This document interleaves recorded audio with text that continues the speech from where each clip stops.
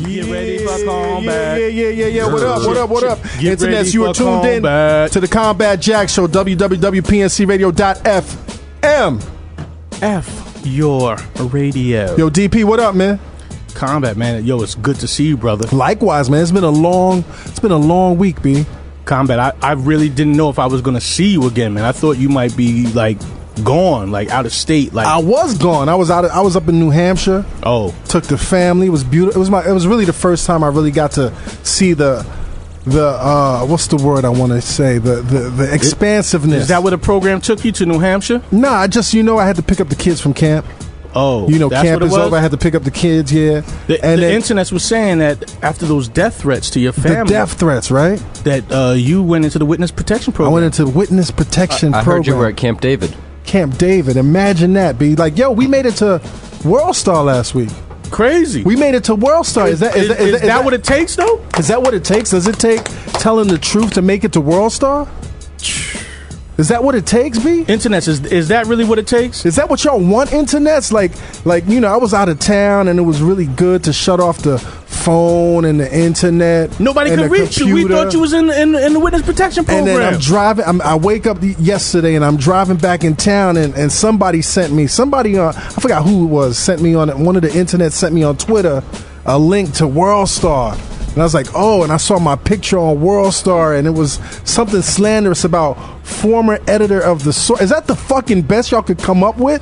That's how y'all want me to be remembered, as a fucking former editor of the Source? The worst fucking job I ever had in my fucking life? Like, that's an insult. Don't call me the fucking former editor of the Source. Don't call me that. You're also an accomplished attorney and failed author.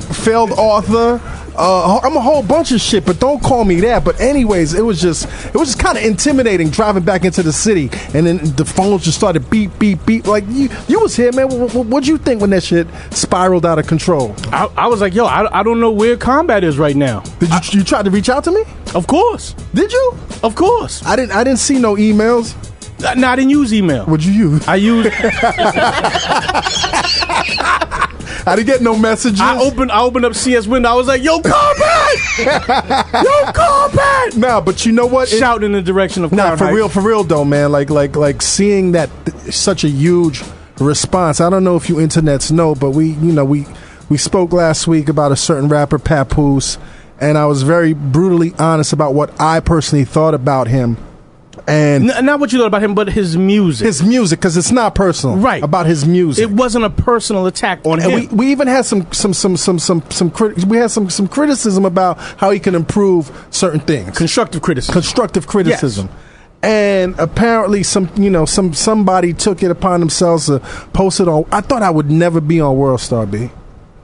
Well, now you made it. I thought I would never make it on World Star, and on top of that, there were 53.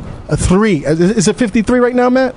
Oh, it's got to be what, pages of comments? 53 pages of comments. Got to be 60 right now. Not 53 comments. 53 pages of comments. Is that what y'all motherfuckers want? And it was just some nasty shit, man. Like, oh, you gonna get got.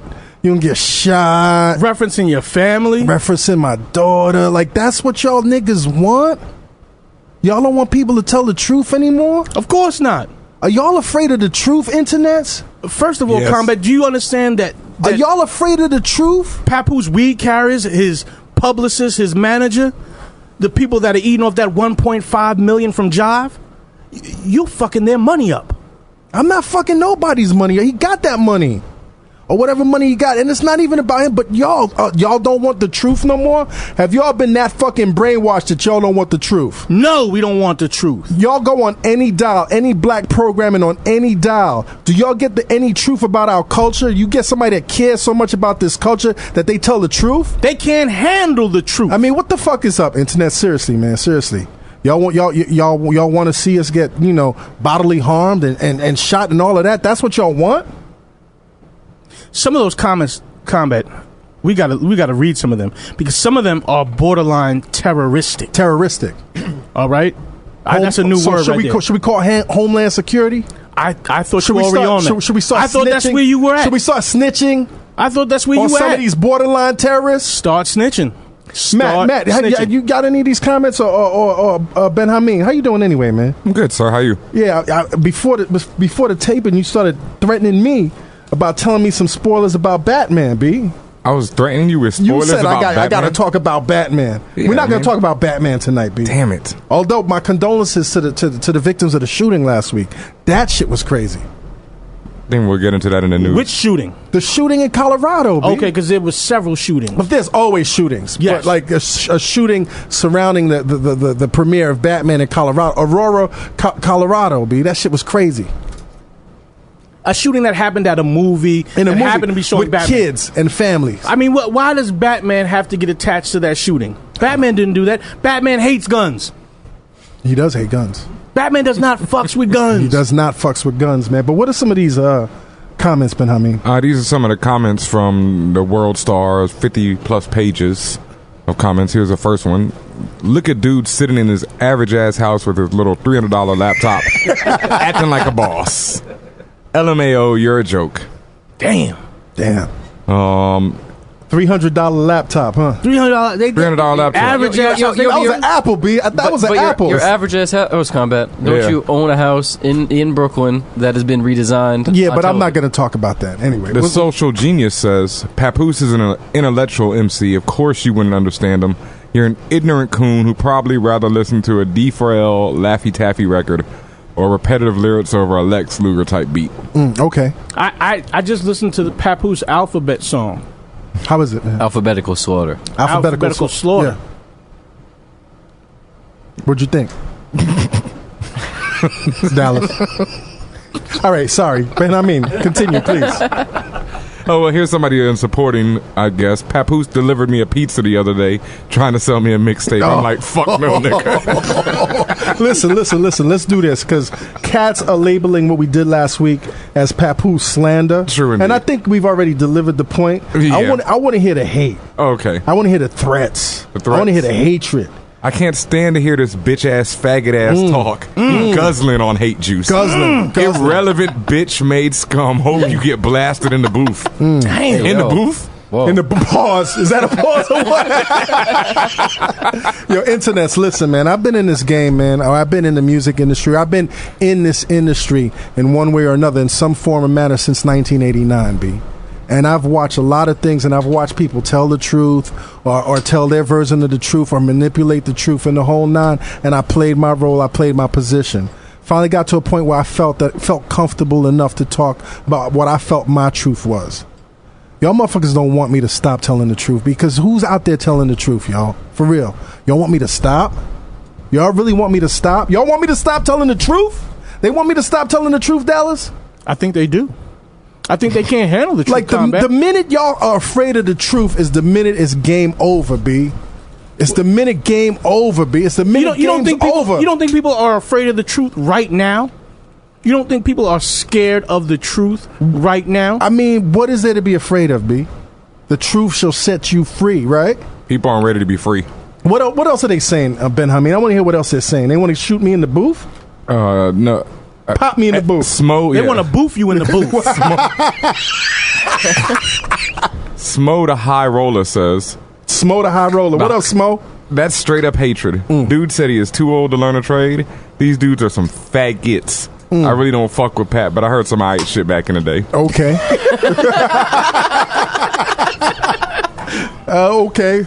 Okay. Even Pap's support is tepid. Sky Zoo, probably not the real Sky Zoo, says. That's not the real Sky Zoo. No, I doubt it. This combat dude is probably being paid and protected by the government to say this rat shit. The government cares about your rappers, B? The government, you think the government cares about your rappers? Y'all motherfuckers are deluded, B. Like, what kind of weed are y'all smoking today, B? What kind of weed are y'all smoking? That's definitely Reggie talk. Not good shit. What kind of high fructose corn syrup are y'all eating right now, B? That's definitely extra seeded Reggie right there. What are y'all doing right now, B? Like, for real, man. Motherfuckers have never been in as perilous and as bad a situation as a population as we are in right now. I'm talking about the black population, B. We've never been as fucked up as we are right now.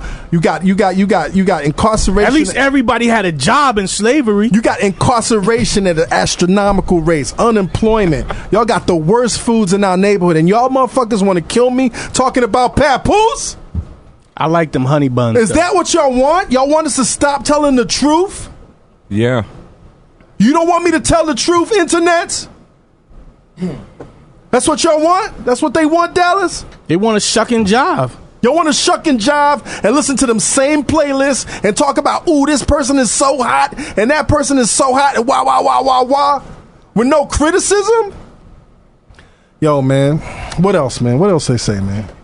Let's see. 53 pages. Y'all committed 53 pages Combat, of your intelligence. If every commenting person that watched that video bought a Papoose album, he would have $1 million. He'd recoup. But Papoose has never put out an album in 10 years. He'd recoup. So they can't do that. He'd recoup. 53 pages of comments. One more, man. Don Scorpion says, how you don't fight, but your name is Combat Jack? Fuck out of here. Fuck boy want to get took and dragged out the club. Dragged out the club. Shit is funny, though. Listen, man, listen. Like I told y'all before, man, I'm not a thug. I never claimed that, never was. But y'all got to understand, man, I'm not afraid, B. I'm not afraid of talking the truth, man. Mm-hmm. I'm not afraid of no man-made laws. I'm not afraid of no natural law. I'm not even afraid of them laws that y'all got in the Bibles, B. You're afraid of no man. Y'all niggas be afraid of that, B. Like, for real, man, this is universal laws, man. When you speak the truth, man, you are in accordance with the universal laws, whatever those truths may be. But y'all want to threaten us and want to drag members of my crew out and shit? Well, I'm not afraid, B. I'm not afraid. Y'all don't really understand. I am not afraid. And I'm not even afraid for Just Blaze, because he already said he got that shit that'll sear the skin off your nipples, B. Yo. I don't even know what kind of cheat code shit that shit is, B. Yo, Combat, given that you had a birthday recently and threats against your life recently, I have a special gift. What is a special gift, man? I mean, you can open down there. Okay. Matt Raz just gave me a little container of mace. I appreciate this. Yeah. I got some mace for you bitches, B. But listen, man, I'm going to keep doing this. Not the rapper either. I fucks with Mace, though. Yep, Harlem World. I fucks with Mace, though. Pause. I think you got to say, but that, yeah, pause. Go ahead, yes. Yeah. M-A$E, I fucks with. Yeah, pause. Okay. Pause. Listen, y'all, I'm not going to stop this, B. I'm not going to stop this. This shit feels so good, B, to not be regulated and restrained and constrained and censored and all of that, B. Like, we get too much, all of our information, all of our entertainment, B. If you look across the board, all of our entertainment is censored. Everybody else is laughing at us, B. Everybody else is laughing at us. Y'all are afraid of the truth. Fuck y'all, man. Fuck y'all if that's what y'all want. But I'm not going to stop. You going to stop, Dallas? I'm not going to stop, Combat, but I need you to put that battery in the back of super producer A. King. To do what? Well, he's scared that some of his neighbors, some of the people right around the corner from him. You bugging, man. Yo, what's up, A. King? Yo, How you feeling, man? Right now. How you feeling, man? It's so good to see you, man. It's so good to see you, man. You know? Some weed carriers, I understand, live in the vicinity. I don't know about all that. You want to? What's going on, man? He might have to run into these cats at the supermarket. He might have to deal with these cats at the dry cleaners. Listen, man, you know what? I'm not going to waste any more time. I want you to finish what you're saying. Real quick, just to put it out there, like, at the end of the day, I put it on Twitter, no rapper, no entertainer is above scrutiny. Mm-hmm. That goes for us. That goes for producers, or rappers. Y'all don't scrutinize a white man. So at the end of the day, y'all don't scrutinize white people. Why y'all so afraid of black people scrutinizing black people, yo? Is that what it comes down to? If Combat Jack expresses that, he's not fucking with his music, that should inspire Papoose to make better music. Yes. Right? Because obviously it's causing a lot of attention, right? So something's sticking. And inspire Papoose to look at his inner circle and say, who are these people around me that are patting me on my back, that are telling me the shit that I'm spitting is hot when it's really not? And at the end of the day, if somebody says they don't like a record, that don't give you the right to make no threats, man. Threats is crazy. Like, we all got families here and all that shit. Like, me personally, I don't take threats. Ben Hameen don't have no family. Like, there's people. Ben Hameen don't have no family. There's just extensions of us the government in our own circles. So if you touch somebody, it's just gonna go on and on and on and on, and it's not gonna stop, right? If combat, doesn't stop. Think about it. If Dallas Penn, damn, you talking some militant shit. If B. Dallas Penn got touched, realistically, ladies, if you did your Dallas Penn, you ever get touched, man? I've been touched. If you did your homework, right? Let's think about it. And I didn't like it. You didn't like it? Who touched you, man? Sandusky? Oh man, no Sandusky. No Sandusky. No Sandusky. But I mean, listen. why I'm not afraid is because real talk. You got touched. Man. I've been beat up. But once you get beat up, you know what?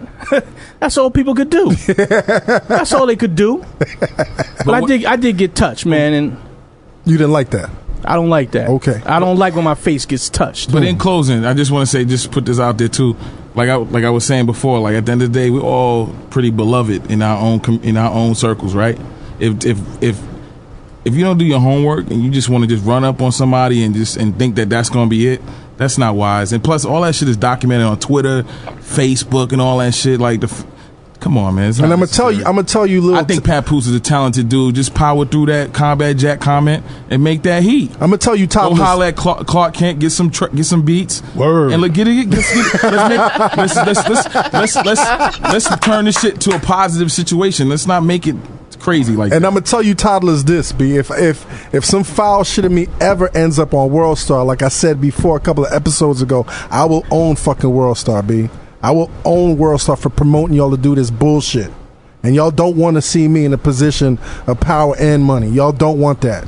Y'all don't want me to be upset at y'all when I just love y'all, man. I love black excellence. I want to see black excellence. And you motherfuckers right now is running around this and that. For real?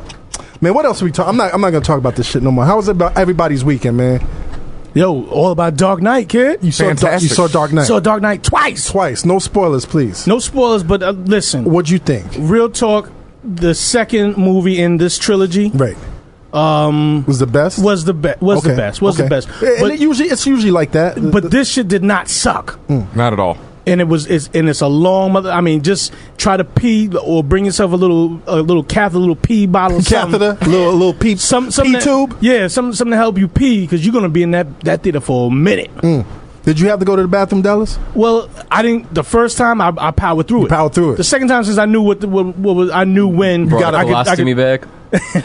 Now, was it boring? Because my impression is after the Avengers, after the Avengers, and seeing like comic books alive, and all the extravaganza special effects that look realistic, I kind of feel like going back to the Dark Knight is like doing homework. No.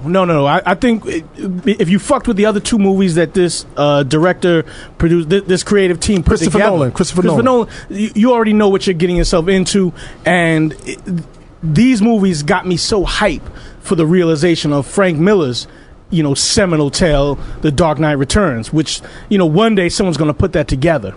But it was as enjoyable as Batman comics, because you finally get to see Batman out of that camp, out of that Adam West kind of cornball. Even now, looking back at the Michael Keaton Batmans, those were campy. Like this is. But I always thought those were campy. I thought they were. I mean, I always thought those were too campy. They were a step up from Adam West. They were a step up, but I never thought them shits was like super dope, like how cats thought they was back in the 80s. I was young. I enjoyed them. I enjoyed them. But as they've pushed the level, now you see like, wow, this is really what it can be. And here's the one. How's Catwoman? Don't give me no spoilers. She won for the whole thing. Here's the spoiler I'm going to give you. No spoilers. B. Here's the spoiler I'm going to give you. Which one is this mic? No spoilers. It's not a Batman. It's the Superman movie that they're rebooting. Honestly, Warner Brothers, don't fucking do it. All right? Pull the plug on that shit. Pull the plug on it? Too late. Pull the plug. All right? Seriously, there's no space in America now, in the world now, for the character of Superman. That was a great character for the Cold War, for the 1940s, for that kind of sensibility. For the World Wars as well. Yes. For the world, for that time. To galvanize American troops and American public. That propaganda era, that was a great character for then. But today, when kids are as smart as they are, when everyone's as smart as they are, you got the internet. We're not fucking with Superman. I disagree, though. I mean, All-Star Superman just came out. It's a great rendition of Superman that works for the modern world. But for the general public that doesn't read comic books. But if you put that story on the film, you could have a Superman that would work. And the movie the new Superman doesn't even look bad. I'm not fucking with it. I'm not fucking. You will when it come out. What do you mean a new one? You've seen? I fuck the with trailer's Superman out. Returns. Yeah, The trailer's out. Yeah, Yo, and I've been missing everything. And this there's another weekend, clip. What else the where they fuck did show I miss action. this weekend, B? What did I miss? B? What happened this weekend? What happened this weekend? saw Breaking Bad? In the street. I saw Breaking Bad. Yeah, Breaking Bad. I heard that Paterno's statue came down. And the NCAA, Ruined penalties the they Penn put State. on Penn State. Yeah, it's over. Next 4 years. What else is going? What's going on in this fuckery world that we call hip hop? What else is popping right now? I'll tell you what's popping. What's been popping is Rick Life Ross. is Good. Nas, that's right. Rick Ross is on fire. But hold on for a second. Jay-Z just got it. Dude got Viagra on a Rick Ross song. That song is crazy. All right, That song is crazy. People are talking about Jay-Z. They weren't talking about Jay-Z like this throughout the Watch the Throne movement. You know, it was like, okay, yeah. But this one, and you know why? Jay-Z went back to his old gimmicks. Which is what, man? Drugs. Being Drugs. rich. He went back to drugs. Selling No, I drugs. think his gimmick now is being rich. Rich from selling drugs. Yes. Rich from pitching. 16 is crazy too, man.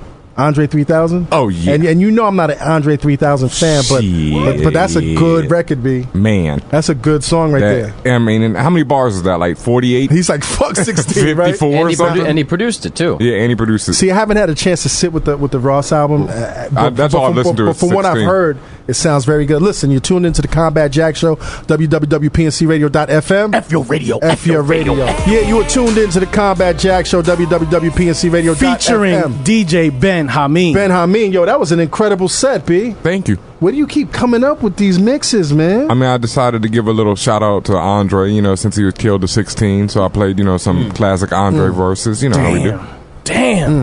Damn. So- That man talks with his hands. DJ Ben Hameen. You talk with your hands, man.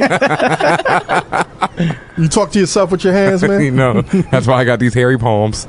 Yo, you got a poem for us today, man? Nah, actually, I'm short on the poem. You don't have a poem for us, man? Nah, I thought we already discussed that in the break, but I'm still getting put on blast. So we let's jump right into the news, Combat. Yo, Matt, what's up with the news, man? Oh man, so the Aurora shooting, that wasn't the only thing that went down. There was like a copycat shooting, which didn't happen, but it was planned. We had a 49-year-old guy in Maine who was arrested on concealed weapons charges after bringing a loaded gun to Dark Knight. He planned to go murder his former employer afterward. He had 4 handguns and an assault rifle in his Mustang. He got pulled over going 112 miles an hour on the way to the dude's house. Now, what's the relationship between that and Dark Knight? This guy was at a screening of Dark Knight, but more importantly, he had press clippings of the Aurora shooting in his car on the way there. Oh. So that was kind of, the get up and go that got him to... Yeah, I keep telling y'all, Batman does not fuck with guns. No, but what's this relationship with all of these incidents and the Dark Knight? I feel like that's just Marvel, the Marvel's Disney media machine. Like anybody gets shot now, Disney gonna be like, Dark Knight. Dark Knight. Dark Knight. Yo, that's Disney, brother. Yo, I thought about some shit like that. Like if Marvel or Disney paid some motherfucker. I mean, why of course that's some devious shit, man. And once again, I don't want to make light of Walt the situation. Disney body is frozen cryogenically. Okay. Yo, when I was in New Hampshire, to be brought back. When I was in and I didn't look it up. When I was in New Hampshire, we drove by this prison where Walt Disney was allegedly locked up in. I never knew he was locked up. Does anybody know anything about that? About Walt Disney being locked up? No. Anything like that? Locked up for what? I don't know. Pederast? I don't know, man. I don't Sandusky? know. Anyway, what else is going on with the news? I don't want to brush that up, but what else is going on? We have another shooting, more local. No Dark Knight in this one, but at the Rucker the other day. That's Dark Knights. We had that's 5-on-5 Dark Knights. Five got shot at the Rucker at the Entertainers 5 people got Basketball shot? Classic. Yeah. Now, were there any celebrities there? What's the cause behind this? We did. We had actually a former point guard from the Knicks was over there. Rod Strickland? Nate Robinson. Nate Robinson. Nate Robinson. He's a shooter. And does any? I mean, it's hot up. It's hot up in Uptown. But were any kids involved? Were any kids injured or anything like that? I mean, a basketball player was shot. They said, and they said beyond that it was allegedly over a bad call. A bad call? Yeah. Yeah. Motherfuckers are that sensitive that they're shooting over bad calls right now? What's crazy though is, I mean, if you ever go to the Rutger, which people don't like the truth, Combat. They usually pat you down on your way in rather evasively. So I don't know how this dude was. Could have been an inside job. I mean, maybe. See, what I'm concerned with now is that there's going to be more security, more invasive And that searches. shit is not fun. We B. are slowly giving up all our rights, our civilian rights, our human rights, in the name of safety. Well, do you think guess what? You'll never be safe. Do you think it's because people feel they don't have anything at this point, man? Do you think subconsciously people feel there are no freedoms? There are no truths. I think people. There is no free will. Do you think it's become that? It's become that dense that motherfuckers is just I don't give a fuck anymore. I think it was always that. I think it was always that. Now, I just read that the unemployment rate in New York just topped 10%. Damn. And throughout this recessionary period, it hasn't been at that level yet, but it's at 10% right now. Damn. Wow. Is it at that point? It's at 10%, and you know how much of that 10% is black people? 100%. Yo, that's crazy. What else is going on in the news, man? We got a war between Mr. Softy trucks and Yogo frozen yogurt I heard trucks. about this. What's going on? Popping off. I mean, they're feuding over territory, basically. Apparently, the routes are supposed to come with the truck, but sometimes someone will be out sick or whatever, they get their spot taken. And we have, cats getting their brakes cut, slashed tires. We had somebody run up with a Is this in New York? In New York City? Or? Yeah, all in New York. In New York City. I think for years people have slept. Frozen yogurt versus ice cream. Yeah, the yogurt people splintered off from Mr. Softy. They're ex Mr. Softy employees, it says. First of all, for years people have slept on Mr. Softy, thinking that he was pussy. Thinking he was soft, right? Right. Well, guess what? Mr. Softy, he's ready to pop off now. He's ready to pop off on you, fro-yo. Now, was anybody injured or anything like that? We had to do who had a bloody nose. That was pretty much the extent of it. Right. I think it was mainly vehicle damage. So this their thing nose sounds a broken. little sensationalized, though, this one. It's not like... I mean, they had somebody else who was interviewed that said that there's an ice cream mafia and that they came There's and an ice cream basically... mafia. Yeah, they pulled out a gun, told them They're they come selling back that and ice shoot them. cream. Gotta be Albanians. Yo, money is tight in the streets right now, B. Yeah. Money is tight in the streets. What else is going on, man? How many more news items do we have? What's up, Just Blaze? We got a... fellas, I had to unglue my do-rag real quick. Oh, word? There you go. Them waves is looking fresh, though, B. We got some news from around the world right now. We got an Indian teenager who was caught having sex with a cow. Nice. He was then forced... Indian? Yeah. In India, aren't the cows sacred? Well, basically, his village, to cleanse him of this misdeed and cleanse the whole village, they forced him to marry the cow. He married the cow? During the ceremony, he passed out. We don't know if he finished. You know what you gotta call that? That's cowboy love. But then they killed the cow afterwards. How does he have the balls to have sex with the cow, but then he gets cold feet when it was time to marry the cow? Make an honest point of it. He wanted that cow to be his side order. So according to their laws, he has to love and cherish this cow? Yeah, I mean, he believed that the cow was a beautiful woman who had been wooing him with compliments. It doesn't say he was under the influence of any drugs. I quit. What if that cow was sexy though, with like some long eyelashes or something? Some big titties? You might have felt About 8 of them. a big udder. Yo, for real? The dude married the cow. Yeah. But never went through, though. But it didn't go through? No, because he passed out. Right. He passed out during the ceremony. And then he might have a reprieve for now. So is he still betrothed to this cow? The cow's dead. What do you mean the cow's dead? That's what I said. They killed the cow afterwards. They killed the cow afterwards? They drowned it. Yo, what the fuck is going on, B? We have one more marriage-related Is this story some to finish more it off. fuckboy shit, man? What else is going on? Yeah, this just from a small Nigerian town. Oh, fuck. We had a guy who was apparently a businessman. He was raped to death by his 6 wives. Yeah. He came home from the bar at 3 a.m. He enters his youngest wife's room. The other wives all come up, ganged up on him with knives and sticks, all kind of bludgeoning tools. Bludgeoning. No. He got bedudgeoned. Yeah, there's extra syllables. That's how big the weapons are. They came in. They all they demanded that he had sex with them all at once. All at once. At weapon point. Right. I don't know how that's physically possible, but yeah. And then how did he die? So they said that they were beating him, and They were beating him and fucking him at the same time. And he stopped breathing when the 5th wife was on her way to the bed. A lot of guys would like to go out that way. And then the wives skated too, though. They ran into the woods and they haven't been found. They haven't been found. Two of them got arrested. Oh, they found 2? They found 2 of them. Yeah. Oh man. Yo, Dallas, what do you think of that, man? I mean, it's just Nigerian fuckery. Not just email scams, but just all kinds of... I feel like Nigeria probably is like the last wild... Only place that could be wilder than Nigeria might be Antarctica. Where just people got hyenas on Now, who's living leashes. in Antarctica? I mean, they got the savage land there. Kazar is there. No, I mean, but for real, is it the indigenous peoples or what? He's crazy. Who's living in Antarctica? Dinosaurs. Come on, man. Spiders. Stop. Stop. This motherfucker died. Yeah, that's a wrap. Yo, I don't know, man. The news is crazy, man. I don't want to know. I'm glad that I was plugged out, not plugged in. Exactly. How did that feel to just be living? Pause. He was living that hammock Unplugged. Pause. I wasn't plugged. That's a Clark Kent pause right there. In Combat Dallas, did y'all hear about the sea monster that was found under the Brooklyn Bridge yesterday? Come on, stop. Yeah, man. yeah. There's another Montauk monster. It's a new one. Yeah. You want to see a picture? What is? But they found a second one? What's the first one, B? The first one they That was found a like couple in the years ago. Hamptons. Oh, right. Okay. But last spring, they Is it a found monster? Is it some mutated? What the fuck? What the Parks Department though? They said that it's a pig that was left over, a cooked pig from a cookout. Pigs don't have feet and hands. They don't have hands. this thing They has do. five digits on each paw, and also though, if you 5 digits on a paw is not a paw; it's a hand.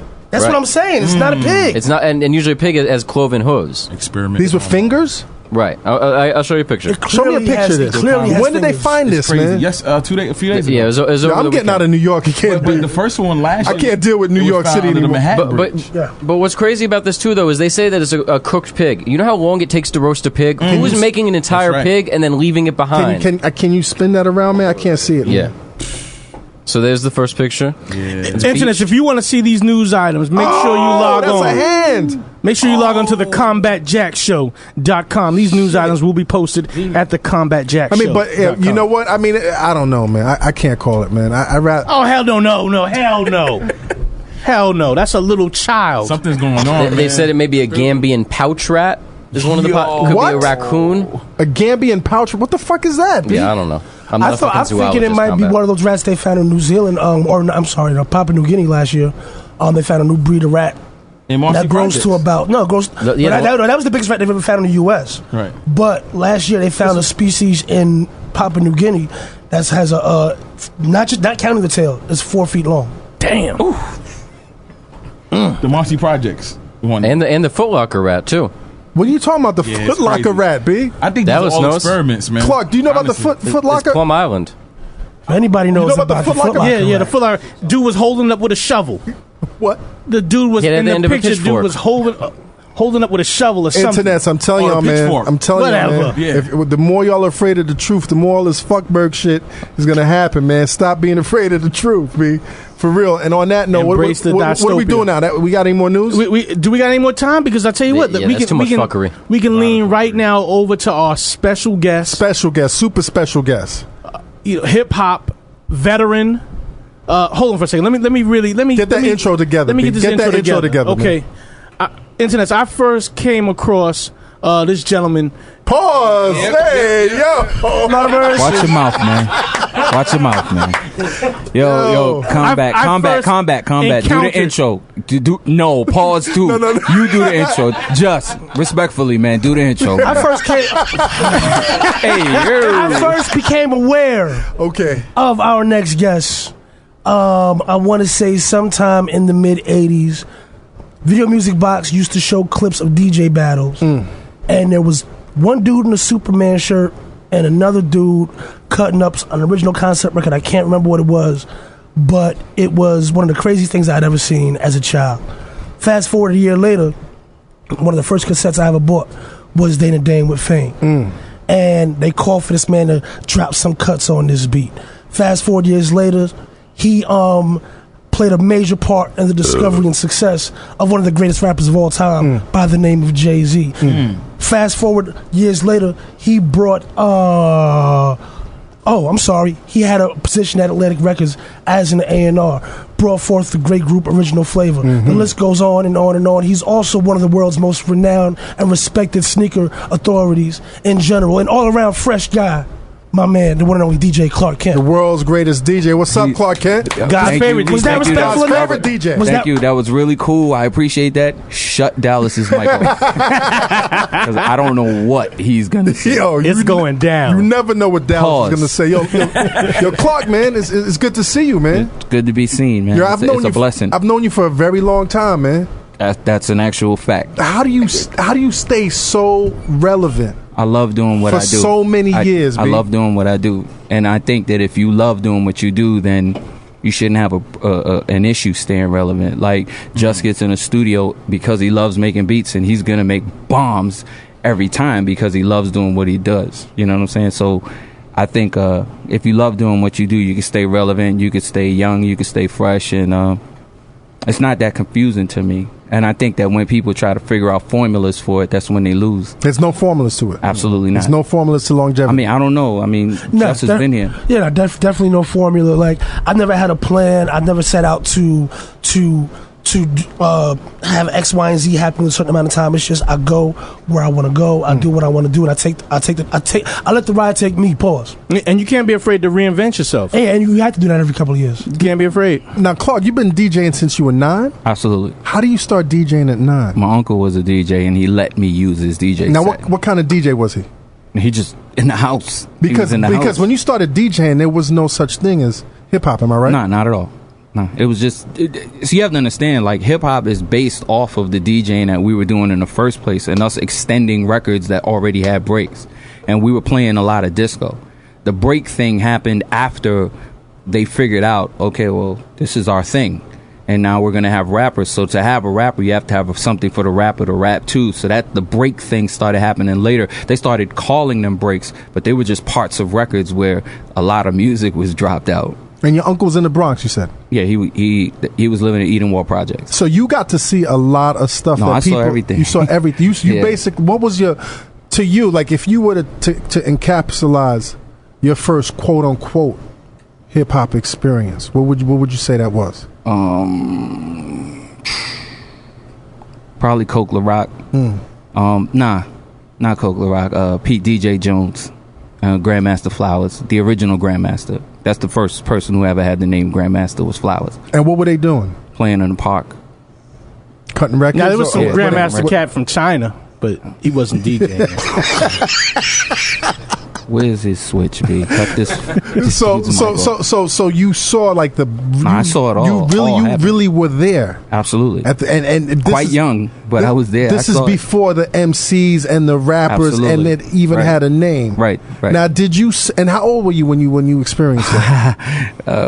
11, 12. But Now- Clark, you're West Indian, though, right? I'm Panamanian. Panamanian. So I mean, Now, technically, Panamanian is not West Indian. No, it's not. but It's but South- it- I mean, but it's, I'm letting you call it that because that's what you understand. it to be, you're highly but influenced by I'm- Caribbean culture. No, yes, because a lot of Caribbeans came to Panama to build the Of Panama course, Canal. without But question. Panamanians are Central American.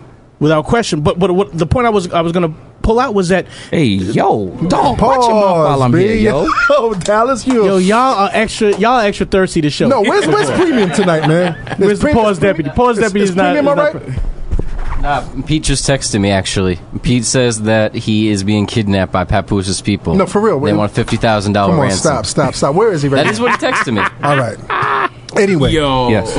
But the point is that the DJ MC relationship is something out of like Jamaica. Absolutely. So I'm wondering if you had experienced like one of those kind of like sound systems. Nah, I experienced my uncle had BIC turntables in his house and a mixer, and he wasn't like a straight like DJ. He just had a sound system in his house, and I just wanted to use it, and you know. So you got a long history of doing house parties then. Oh yeah. Okay. Yeah. I played the parties that he was playing because he wasn't really a DJ. now at 9 years old, man, what is your favorite record? My favorite record at that point was probably the first record I got to spend money on myself. You know, you can have a lot of records that you like, but if you're a DJ, I'm sure Jess could chime into this. The record at that precise moment that becomes your favorite is the one that you actually wanted to spend money on and you got to spend money on. That was Automatic Lover. That's like the first record I bought. It was a song by Sylvia. It was blazing on Sylvia on Robinson. Yeah, it was blazing on WBLS. Which is crazy because she ended up owning Sugar Hill. She ended up owning Sugar Hill Records. That's but kinda, what people don't, I mean, the average person who's into hip hop don't know is that like Sylvia Robinson had a thriving music career, Exactly. and she owned so many groups and so many labels before that, and she's like her writing credits are ridiculous. Like people who like the Moments before they were Ray Goodman and Brown, they were the Moments, and that group was signed to her. The Rim she Shots, touched them. She one of touched the them. best bands of all time, musically, like sample wise. The Rim Shots was signed to her. Like Who's getting all that money right now? Her family. Damn. Yeah, the Robinsons. They got cake. They got cake. Now, Clark, at 9 years old, what's going on through your head in terms of your future? Well, at 9, it was just I wanted to learn how to do it, right. How to DJ.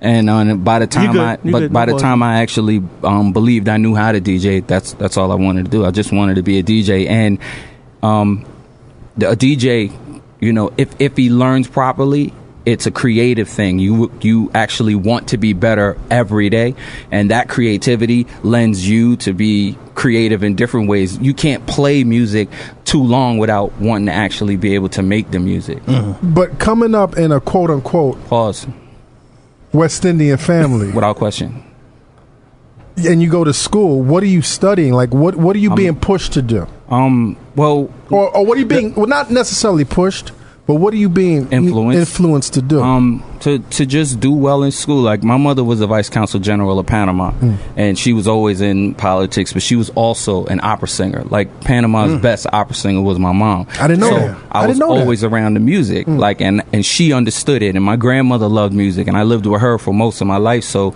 she just let me hear and listen to music. And my aunt, who was married to the uncle that let me DJ, like, it was a musical all the time. We always had music. Like, my grandmother's record back in the days was a song called Happy Landings. You know what I'm saying? Like, I know her records. You know what I'm saying? So it was about that. It was about the music. And the one thing I can say differently than a lot of kids that grew up back in the, I guess, the era that I grew up in, is that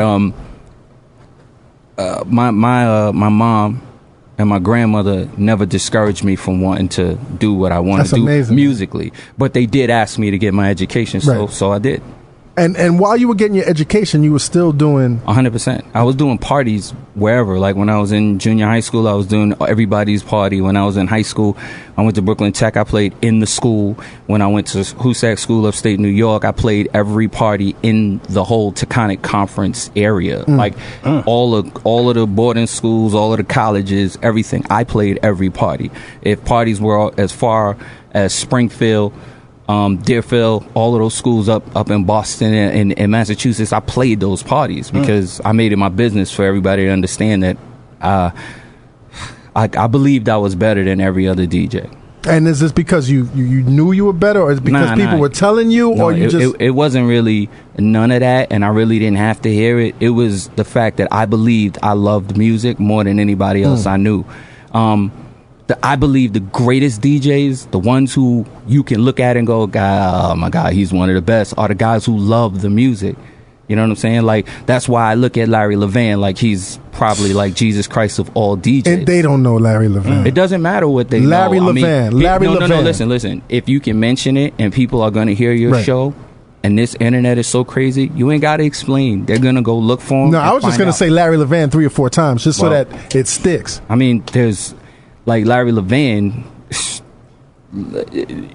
it's fun. It will probably be funny to a lot of people that the DJ that I think meant the most to me in my career never ever one time played hip hop.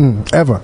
It didn't matter to him. Word to Paradise Garage. Now you say hip hop. He didn't play rap. He didn't play rap. He didn't play hip hop. He didn't play none of that. But he played the records that we made hip hop off of. Right. So I mean, right.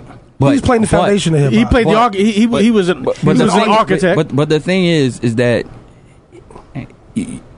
when you heard him play, it's almost like you learned something every time, and that is what I actually believe I want to do. I want people to walk away from when I play going, God damn, that was just crazy. God damn, that DJ made my day. I don't even know if it's that. That was for Jam Master Jay. Like, my thing is, I want people to go, he gets busy, yo. You know what I'm saying? Would I love everybody to say I'm the best? Yeah, but you can't make everybody happy, so I'm comfortable with just being really good. Now how'd you come across your name, Clark? That was funny. It was a joke. Kids used to make fun of me because I wore glasses, and around my way they yo, you little Clark Kent looking, you little Clark Kent looking. And then once I knew that I was gonna, the Clark Kent was before the DJ thing. So it was before. Because I wore glasses, right? And And were you insecure about the glasses, man? I'm not insecure about anything. Right. I'm a black man living in America. What can I be insecure about? But these kids are teasing you. Yo, kids are teasing because that's what kids do. Right. I learned that when I was small. I tease kids too. It's just, it is what you go through. But once I decided I was going to be a DJ, and once I believed all the way, and, like as soon as I started, I just ran with the name. But I did tell everybody in my neighborhood, all that teasing, y'all are going to feel real stupid when that name makes it. You know what I'm saying? So when I started getting cake and was driving better cars and dressing better and having more jewelry, and I'm coming around the way some nice going, things on the arm and all that. just everything. Right. And I'm just walking around my way going, that was funny, right? It was all funny. Now you all want to go to every club I'm at, but you can't get in because you're like 15. Damn, it feels good to see people up on it. Yo, let's go to a break. Real quick, what was your DJ name before? Or was your DJ name always Clark Kent? Because he was Clark Kent before he started DJing. Yeah. Yo, let's go to music. Wait, there's something funny though. At some point, I just believed that it wasn't working, and I used the name Grandmaster Blaster. Grandmaster. Yeah. Yo, hold up. Like 3 weeks, big. 3 weeks. Wait, hold up. I gotta go back. It was 3 weeks. We gotta go to that story. Let's go to a music. No, it's no story. I just switched it. But what I want to know what made you think that it wasn't working. I just didn't think that the guys who I was DJing for at that time knew how to use the name properly in rhymes. And one day, somebody said something, the Master Blaster gets faster, and I was like, oh shit, Grandmaster Blaster. And then I was like, no, that was the dumbest shit ever. I never knew that, B. Nobody knows. Grandmaster You have to understand, Blaster for 3 weeks, dog. Like, do you think you would still be in your position right now if you were still Grandmaster 100%. Blaster? The name doesn't matter. I could go by my real name, and I would be exactly where Grandmaster. I'm at. Listen. I promise you, man, a name can't change the person that you are. That is true. That is true. That is true. It can't. It's how you feel, man. It's how you feel about yourself and how you feel about your craft. Like, I love my craft. I'm a producer, but I'm a DJ way before I'm a producer. I never knew that, B. Let's go to a music break. You're tuned into the Combat Jack Show, www.pncradio.fm. F your radio. Back on with Combat Jack Show, www.pncradio.fm, and we Get got ready super for DJ combat. Clark Kent in the booth. God's favorite DJ. God's favorite DJ. Yeah, I accept that. You accept that? Absolutely. Clark, man, I I've known you, like I said, for a long time, man, and I've been very fortunate. Do you know how long Dallas know me? Dallas, like Dallas has known me since he was like just Blaze size. That's a long, like I'm dead. Yeah, like 200 pounds ago. Dallas used to go to the club when he was like 16. And I knew him since you then. knew him back then. Absolutely. But you forgot that you knew him. Yeah, because until recently, he's totally a different motherfucker right now. And respectfully. And it's funny because we spoke about that. I think a couple of years ago. You was like, "Is that Dallas that used to?" Yes, Dallas used to be at the clubs. He was little though, but and he looked little. I was slim. I was slimmer. I mean, it's not even about the slim. Like, he looked little. Like, he looked dumb young. And his chakras was different, too, back in the day. His what? Chakras. Chakras. His aura. No, he was definitely a different dude. He was a different dude. Like, Dallas Penn is officially Dallas Penn right now. Right. He was growing up then. Now, he's special. People don't know Dallas. People don't know about Dallas's past. Boy. But I was saying, man, like I've really got the opportunity to see you grow into the man that you are right now. Thank you. And the responsibilities that you have, man. But and I know that your mother plays such a strong role. Actually, yes, I'm gonna say my mother played a strong role, but the strongest role was my grandmother. Right. Now, no disrespect to my mom. Of course not. Of course. Now, my mom was like a superhero. Like, my mom had Louis Farrakhan in the crib. Had people that you look at and you hear about, but you never ever see them unless you seen a picture. These dudes used to be at my crib. Like, these people were politically connected, and my mother was politically connected. Like, Jesse Jackson used to be in my crib. Like, I've been to Manuel Noriega's house. Like, he was like family to me. You know what I'm saying? So my mom was like a superhero. So my grandmother was more like the raiser. Now, while you're growing up, where is your father at this time? Did you ever have a relationship with your pops? My father, he left. I probably was 4, maybe 5. But the only memory I have is of him like hitting my mom, and like he's probably as safe as he could possibly be, never ever making himself apparent to me, because. Like, if that's the only memory you have, then that's what you're gonna work off of when you see the person again. So that's the only memory I have. Like, he would die. He would die. To this day. He would die if I saw him. Because my mother's a queen to me. My mother, my grandmother, my sister, my daughter, they're all queens to me. Black women are queens to me. Like, you do something wrong to mine, yeah, you got an issue. Now, let's get back to hip hop. Respectfully. Man. Yeah, respectfully. Let's get back to hip hop, man. Like, you know, I tweeted something earlier today about it. Just hit me, like, preparing, like, for this interview. Right. That when I first heard rap, like, the first time I heard rap, right, it was Melly Mel on a cassette. First time? The first time. And I was like, this motherfucker is incredible. I never heard that. Yeah. And it just hit me that going back, he wasn't just a rapper, he was an MC. Absolutely. Tell me about some of the greatest MCs you saw during that era, man. Because you Shaheem, one of the Infinity rappers, he was like out of this world. Grandmaster Caz, of course. Yeah, Grandmaster Caz, like, realistically, was probably the best at that point. At that point, like, he was probably the best. Shaheem was one of the best. Never got his shine, but, like, he was sick. I mean, is he still around, Shaheem? Is he still alive? I'm not knowing, right. But, like, he was DST's. Kumo D was good, but he wasn't that point. He wasn't at that point. Like, we're talking about the Grandmaster Caz. The first wave. If you talking about that first wave, you talking L Brothers. Those were some of the best guys. You talking Cold Crush, Cold Crush 4. You talking Grandmaster Flash and the Furious 3. You know what I'm saying? Like, people don't know those are the formidable years. Those were the guys that were, like, super ill. But, like, Grandmaster Caz, he had something else. You know what I'm saying? When he rapped, delivery. He just authority. He was the consummate MC. Like, he was like the guy. So if they had a battle, I believe that he would have won every battle at that precise moment back then.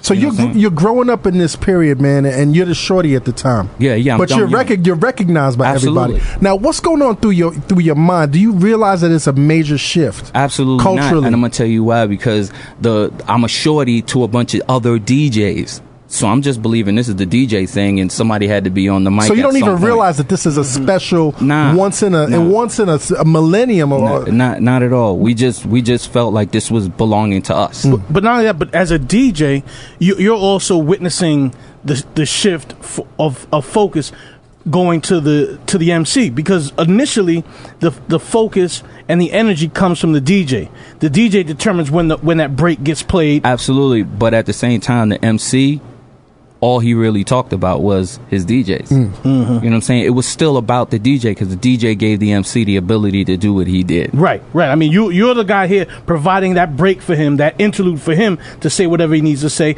Not only that, but you got the crowd rocking and vibing.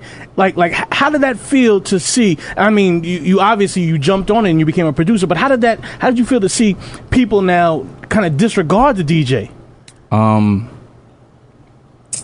It's not hip hop's fault that happened. It's rap's fault that happened, because labels decided not to sign DJs. They decided to sign the rapper, and because the rapper's actually making the record, it's almost becomes, what does the DJ do? You know what I'm saying? So once that happened, that's when the DJ started getting sidelined. It's a DJ's job, if he's a DJ, to make himself as important as a rapper. And so who are some of the DJs that got signed that made themselves relevant? Jazzy Jeff, Jam Master Jay. That's crazy. You know what I'm saying? Run DMC and Jam Master Jay. Jam Master Jay was one of Run DMC. He was signed. Yeah. You know, that's nutso.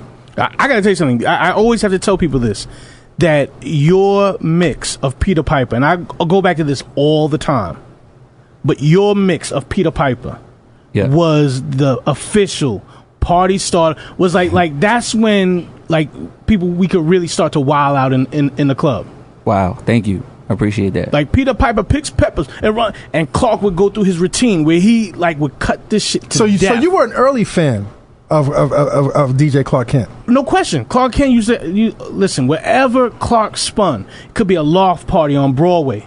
Because after Quarters got shut down and before Mars kind of let rap, there would be some outlaw loft parties where Clark would be spinning. Yeah. Clark had a residency in Mars at the trip parties. Wherever he was at, it was always going to be some fly shit.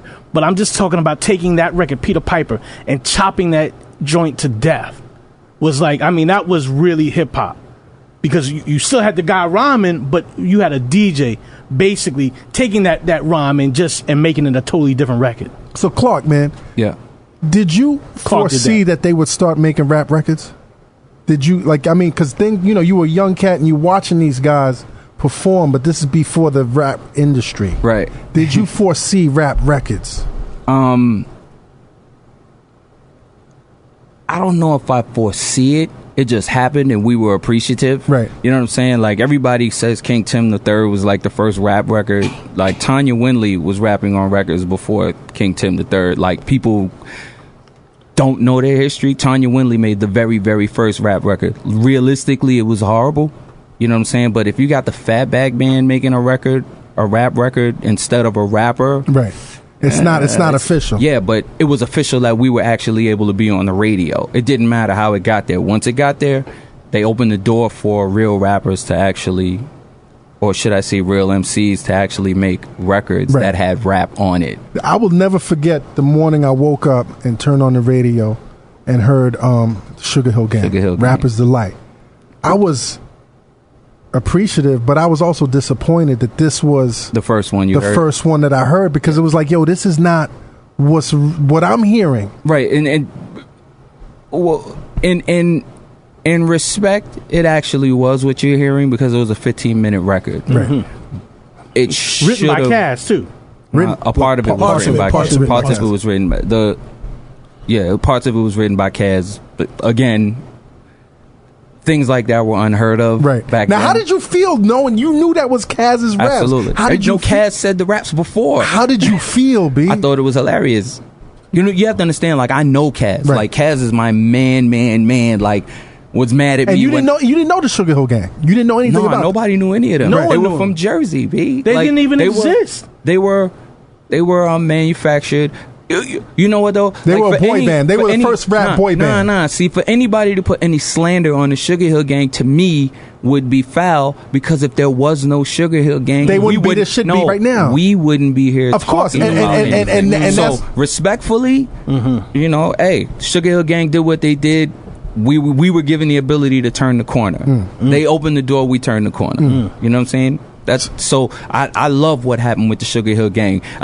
I knew Sylvia in her mind was going, "Oh, that's that shit y'all doing in them clubs." I got you. I got you. And her mind was, "I'm gonna make $1 million off of this. Cool, rappers, y'all ain't gonna make nothing. You might get some shows, and I'm probably gonna take half of that. I don't give a damn. I'm gonna give you the ability to do this, because this King Tim III shit is like a mockery of the shit that y'all are really doing in the club. And if you listen, they're rapping to good times. We rapped to that back in the day. There was lines and lines and lines of rappers it was just waiting online to get a chance to rap on good times. Right. And she just took it, ran with it. Like, she gave us what we were actually doing in all of the clubs. Now the playing field changes, and it goes from some uber underground activity to now it's a business. Yeah, absolutely. How did you get in the record business? What was your first official break? Because so many cats from that era didn't make that shift. I was DJing all over the place. At that precise moment, I probably might have been the one DJ. Like, I was the one who played everywhere. Like, I played in Harlem, I played the Bronx, I'm like the consummate downtown played DJ. in Queens? I played everywhere. But I was the consummate downtown DJ. I was the DJ that the white folks weren't scared of. So they hired me to play all of the. Right, y'all weren't scared then, but yeah, I played all of the downtown clubs. Like, before Nels was Nels, I was playing there. You know what I'm saying? Before it was famous. Like, Jessica Rosenblum was a door woman at Nels. Like, I'm the first DJ. She was like, I want him to DJ the parties. Like, that opened the door for the Kid Caprice, for everybody else to come downtown. Was her saying, I'm going to give this guy who is not gonna I'm not gonna play my part that I am in hip hop and that I love so much, and I'm not gonna change it just because you hired me. I'm gonna go in there and I'm gonna make it work. And you're gonna be official. Oh yeah, I'm gonna be 100% and unashamed. You know what I'm saying? And she took it and she ran with it, and she built practically every good party downtown with Jessica Rosenblum. And I DJ'd like 90% of them. So any other DJ that got to come downtown basically was a Clark. What do you think of? Right. You know what I'm saying? What do you think of this DJ? What do you think of that DJ? Okay, now you can bring him downtown. You can try him out in the club because he's good. He's that good. Guy's good. You know what I'm saying? So, But making that transition. The transition happened because I was the DJ for a second. And then, you know, like, if you know history in music, I'm sure Just knows this, the best A&Rs usually are DJs first. Yeah. Timmy Regisford, who was a very, very good friend, and Merlin Bob, all of us very good friends. We used to play clubs together. Like, that's how far we go back. When we was 19, we was playing clubs together. And Timmy was working at MCA Records, and he calls me up and he's like, yo, go over to Hank Caldwell's office over at Epic. Caldwell. And he's gonna hire you. And I'm like, just like that.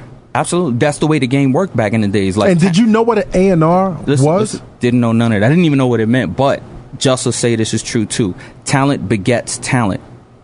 You know what I'm saying? The talented ones know who are the talented ones. So Timmy, talented, call somebody he believes is talented, go over to work for this other talented guy. That's the way it happened. It should happen. Right. You know what I'm saying? So I went over there. I worked for him for 1 week, and then Timmy calls me while I'm at my job. And for 1 week. How old are you at the time? I don't even remember. 20-some, early 20s. And it's a good salary. Oh yeah, I wasn't. It's a good salary. I didn't have to do no streets. I mean, it was decent. When you were in the streets, you know what I'm saying. Anything free. It was basically free, because it came to you. Right. It was. But you work. I mean, you're doing what you want to do anyway. Yeah, I was able to do what I want to do. They let me be on the radio still. They let me tell them what I think is the right artist. But I was at Epic for 4 days, and Timmy calls me. He's like, quit. And I'm like, you just told me to come over here. Like he's like, nah, go over Atlantic and work with Merlin. Now how did Hank take that? Timmy told him. I quit. Timmy was like, yo, let him go work over here because you're not going to be able to do this with him. And I would imagine that they were referring to you because not only were you good at what you were doing, but you were part of the generation that was coming in. Absolutely. Like, they didn't play hip-hop. They weren't of that culture, but you were 100 wholeheartedly of that. Right. And they wanted somebody that was an expert in hip-hop, and you were that dude. I guess you could say that. Yeah. I don't want to be the one that says that, but like, I was well versed. Right. So you get to Atlantic, and how do you now adapt? Like, all your life, basically all of your life, most of your life, you're doing this, on your own, and now you're in this corporate structure. How was that, man? I didn't adapt. Right. They asked me to come in to the office to be who I am, so I went into the office and I was who I was. They asked me to help find the new talent that they were going to be signing basically in the black music division. So you go in there and you do your job. You know what I'm saying? And it was too easy because everybody wanted a record deal. Right. Were you at 1841 Broadway? No, we were at 75 Rock. Okay. So who was your first signing? Like, who was your first signing? Your first official signing? Audio 2. Audio 2? Audio 2 and MC Light. After Top Billin'. Top Billin'. Yeah, but Top Billin' was this record that was working, and then sign them. Now, and then MC Light was this, who's their sister, was this little girl who wanted to be a rapper. She always used to come to Union Square, and I was DJing Union Square. She was like, I want to be a rapper, and she had a friend named Jill, and Jill was fine. So I wanted to get at Jill. So you were so she was like, I want to be a rapper. So Jill was like, yo, my little homegirl Light wants to be little Lana wants to be a rapper. And I'm going, that's cool. And she was like, nah, you should work with her, or you should try to do a demo on her. And you're not trying to hear that at the time? Nah, I'm trying to hear Jill. But she's like, come on, let's go to your crib. Like, we're at the club. Right. It's 4:00 in the morning. Club's about to be over. She's like, let's go to your crib. I'm like, yep, let's go. And my DX drum machine is sitting there, and I make like whatever beat, and she does I Cram to Understand You. That's crazy, man. That was the rhyme she did. That's the rhyme that made me go, oh, wait a minute, she definitely wants to be a rapper. That's crazy. So then, then I find out that her father, who's Nat Robinson, is really heavy trying to do something for her, but he's got the Audio 2 rocking. Right. So I go back into the office, and I'm like, yo, their sister. You got to sign her. Yeah. And the rest is history. Yeah. Now, was this before Dana Dane and Herbie and the whole I was part of that whole thing also. So you met Herbie because I was listening to an interview where you said Herbie, in a sense, actually changed your life. Yeah, Herbie changed my life because he let Herbie me... Lovebug. Herbie Internet's- Lovebug, yeah. At the same time as him and Molly Marr were like happening at the same time. And it's funny enough because both of them gave me the ability to pay attention to what they were doing. You know what I'm saying? I would be at Molly's crib in Queensbridge because I was seeing a girl named Glenda in Queensbridge. What up, Glenda? This dude's hilarious. Nah, but like Hot Day, like he's my man. You know what I'm saying? I used to be in the bridge. I seen Nas. I seen him as a little dude. I know these guys. I knew. You have to understand, I'm from before MC Shan. So when I saw MC Shan, I knew what was gonna happen. So I'm at Molly's crib. Molly's the DJ. We were DJing. It wasn't even about the industry producing and the thing production at that point. and the whole nine. But when he was learning and he was starting to do it, and that SB12 with So the you Commodore were Drive, there when Marley was learning. yeah, well, I'm gonna say when it was about to be happening Right. for Molly, I knew him, and we would be in his crib, and he would be using that machine that we wouldn't pay attention to. We'd be DJing, Right. but we'd be looking at the machine like, what the hell? But Herbie one day was just like, this is what this machine does, and he left me in a studio, and he let me use it, and I would just create. And it became something that I just felt like I wanted to do, and it just seemed like an extension of DJing. Of course, because you're creating music, you're Absolutely. making music, and ultimately you want to make hot shit so that people could enjoy it. Yeah, that's what happens, later. So- and you're unafraid to touch this machine also because, like I said, you got to reinvent yourself and you got to be unafraid. You got to be courageous. Yeah, I guess. But at I the guess you time, could it say really that. wasn't reinventing yourself. Nah, it was just an extension of DJing. You have to understand, we had beatboxes when we were DJing in the park. We had the Gemini beatboxes with the And the echo chambers. When you hear Grandmaster Flash it to the beat, that's this little black box. It's a beatbox. When I remember the pressing the beatbox. buttons and the roll buttons. Like we all had those. And to me, like that was it. That was enough for us. Like I had a 909, a 707, an 808. You all had all of those drum machines once they happened, but we had the rhythmatics before that. I think it was called Rhythmatics. We had all of that before we were able to pay for 808 and all of that stuff, but it wasn't until that sampling thing happened where you was just like, wait a minute, something else is going to happen here. Yo, hold on to that. Yo, you're tuned into the Combat Jack Show, www.pncradio.fm. Take out your thing and F your radio. Pause. Back on with the Combat Jack Show, www.pncradio.fm, with God's favorite DJ, Clark Kent. Yep. And you're giving us this long and storied and colorful history of Colorful. I mean, it's colorful because you talking about the blueprint of what everybody's sitting on right now, man. Yo, pause. Pause. That was egregious. I'm gonna throw a flag on that one right What there. egregious? That was two. That was Hold on. That was a Wait. thirsty pause? Hold on. I'm from the beginning of the pause game. You can't tell me anything about the rules. Nah. We threw a flag on that pause. You though. could throw a flag all you want, and What- Yeah, what- but you can't. You dog sitting on the blueprint. sitting on the blueprint, sitting on anything for a man is Yeah. some foul shit. Yeah. What about sitting on a chair? Even a bicycle. Sitting on a chair sounds right, but you don't know what the blueprint is. See, if you know what it is, it's a totally different thing. I You guess- could I sit guess on a it's bike. still- You're sitting on the blueprint. What's the blueprint? Pause deputy. Hey. Pause deputy. Is that a Pause thirsty deputy pause? approved. Now, what's really crazy, Clark, is Right. 20 years ago when I would hear you and Damon playing so the you pause know. game, but I wasn't part of that. I was like, because I was so in a different world. I was just focused on contracts. Yo, and the not whole for nine. nothing. I'm gonna say this so everybody here knows. I'm pretty sure they've realized it already. Like, you were like the most fakest. You were like the most fakest straight laced dude in the world. I was like, what You do know you why? mean by that? Because you were a lawyer, but you was like, "We're going to Japan. Fucking, we're gonna be there. We're gonna be wilding." Like you were. Clark, did you- No. He was super nigger outside of that office. Clark, were you the one who got combat out of them turtlenecks? Yeah. I'm not gonna say I did Out of all them that. corduroy blades with suede elbow All I'm patches? gonna say is, like, I knew he wasn't the guy who was sitting behind the desk. He played the good game, though, and I respect it. Yeah, that's true. That's he played true. the good game. That's I true. respect it. So- I mean, but that's the reason why, like, he will always be the only entertainment attorney that I look to right now. I respect that, man. I definitely appreciate that. Tell us about, once again, man, how Herbie Lovebug really influenced you into this whole new direction that you weren't even looking at the time, man. like I said, he just let me actually use the machine. Right. When we would be in the studios, he would leave and I would use the machine, and he never said no. He never gave it an issue. He didn't think, oh, you're gonna break it or you don't know what you're doing. He just let me use it. You know what I'm saying? And that was all good. Pause. Yes, that was yes. just sounding That all was- crazy. Let you use it. At least I know where I'm at. Clark, you are exactly right. Stop. Using At least the machine. I know where I'm at. Using Pause. the machine. And yeah. I said pause. But I was also watching this interview where you said that when you first went to Herbie's crib, it was ridiculous. Yeah, Herbie, when he had a barbecue, like you always know Herbie, he had a crib in East Elmhurst, and that was the crib where everything, like all the idol maker things started.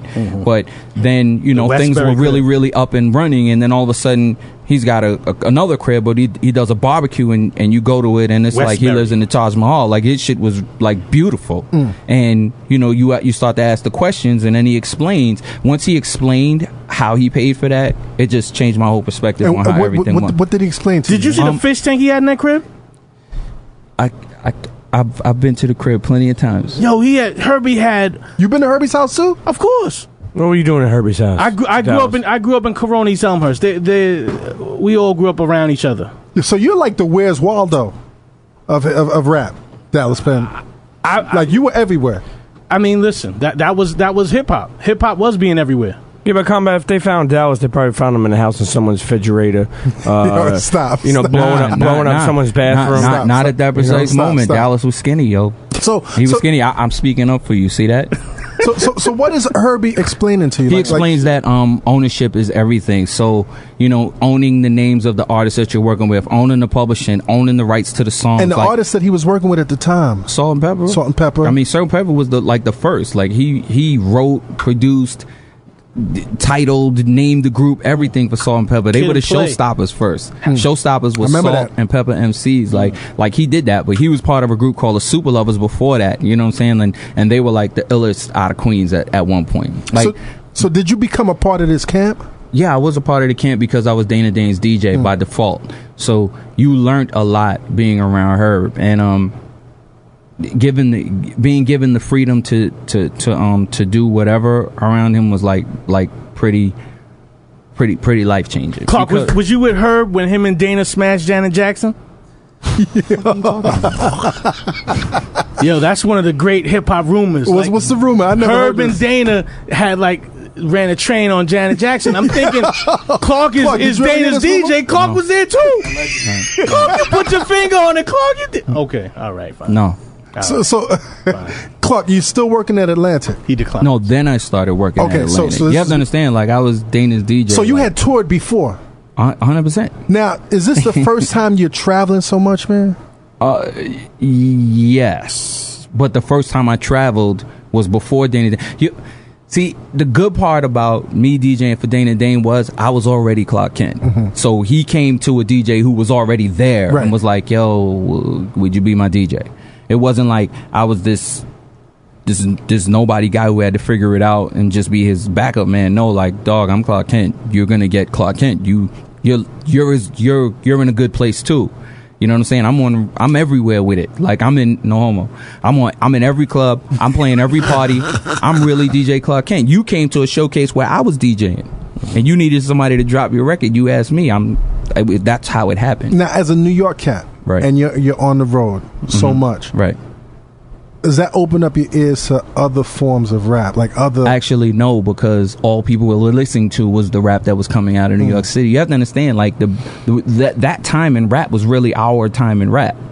You know what I'm saying? Like most 95% of all rap records came out of New York City. New York City. So that's the reason why we were able to go on tours and be huge. Like the Fat Boys. Like who would ever think like the Fat Boys would be huge? Like they were huge. Salt and Pepper was huge. Dougie Fresh, huge. And we're all on tours. Salt and Pepper made a record dissing Dougie Fresh. We on the same tour. You know what I'm saying? And it was no beefs. The beef is corny, B. Beef is corny now. Matter of fact, beef is not beef. This stuff is dudes arguing and having a pissy fit over chicks and who has this and who has that. This thing that you're seeing in rap where they call beef, it's not beef. It's sucker shit. It's not because beef. If it was beef, you wouldn't see it on Twitter. You wouldn't see it on internets. You wouldn't see it. Beef is for real. Like these things these dudes are doing. They having cat fights, yo. They not even having fights. They having cats. Like it's sucker shit, yo. And I wanted to talk about this, man, because I remember back in the day, right? Certain cats, like cats cats weren't there, but I remember certain types of people used to think that rapping was corny, and the people that was rapping wasn't necessarily. Oh no, 100%. Like a lot of us, who were able to find financial status outside of rap, you would look at a rapper and be like, that's corny. He's being a rapper. That's corny. Like Jay thought rappers were corny. Officially. Like he was like, I'm not going to do that. Yeah, shit. but he didn't think MCs were corny. He thought rappers were corny. Let's get respectfully. Right. Now let's get to Jay, man, because I remember back when we were working back then, man, you used to say, yo, Jay-Z is the greatest MC.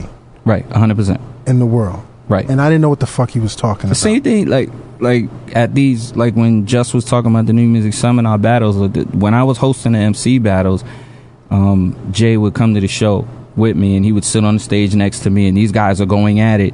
And one day I just stood up and I was like, yo, not for nothing, you know, respect to all of the guys who's in the battle, but this guy right here next to me is the best MC on the planet. Now, Grandmaster Caz and Melly Mel, our dudes I grew up with, are standing off to the side looking at me like, oh, whatever, I'm going to shoot you. Right. Like really, like, and the event went on. It was after the event, they standing off to the side like, what's up? Come here, we gotta talk to you. Right. And they beefing like, yo, how the fuck you gonna say a motherfucker that? You know us, you came up with us. That's what I got. And I was like, yo, like respectfully, like this dude is like out of this world. And they would say, whatever, motherfucker, whatever. 5 years go past, Jay's out, the things are happening. They got a hip hop convention downtown. And Grandmaster Caz, Melly Mel's there. I walk in. I don't know what to expect. I see Caz. He goes, yo, let me talk to you, man.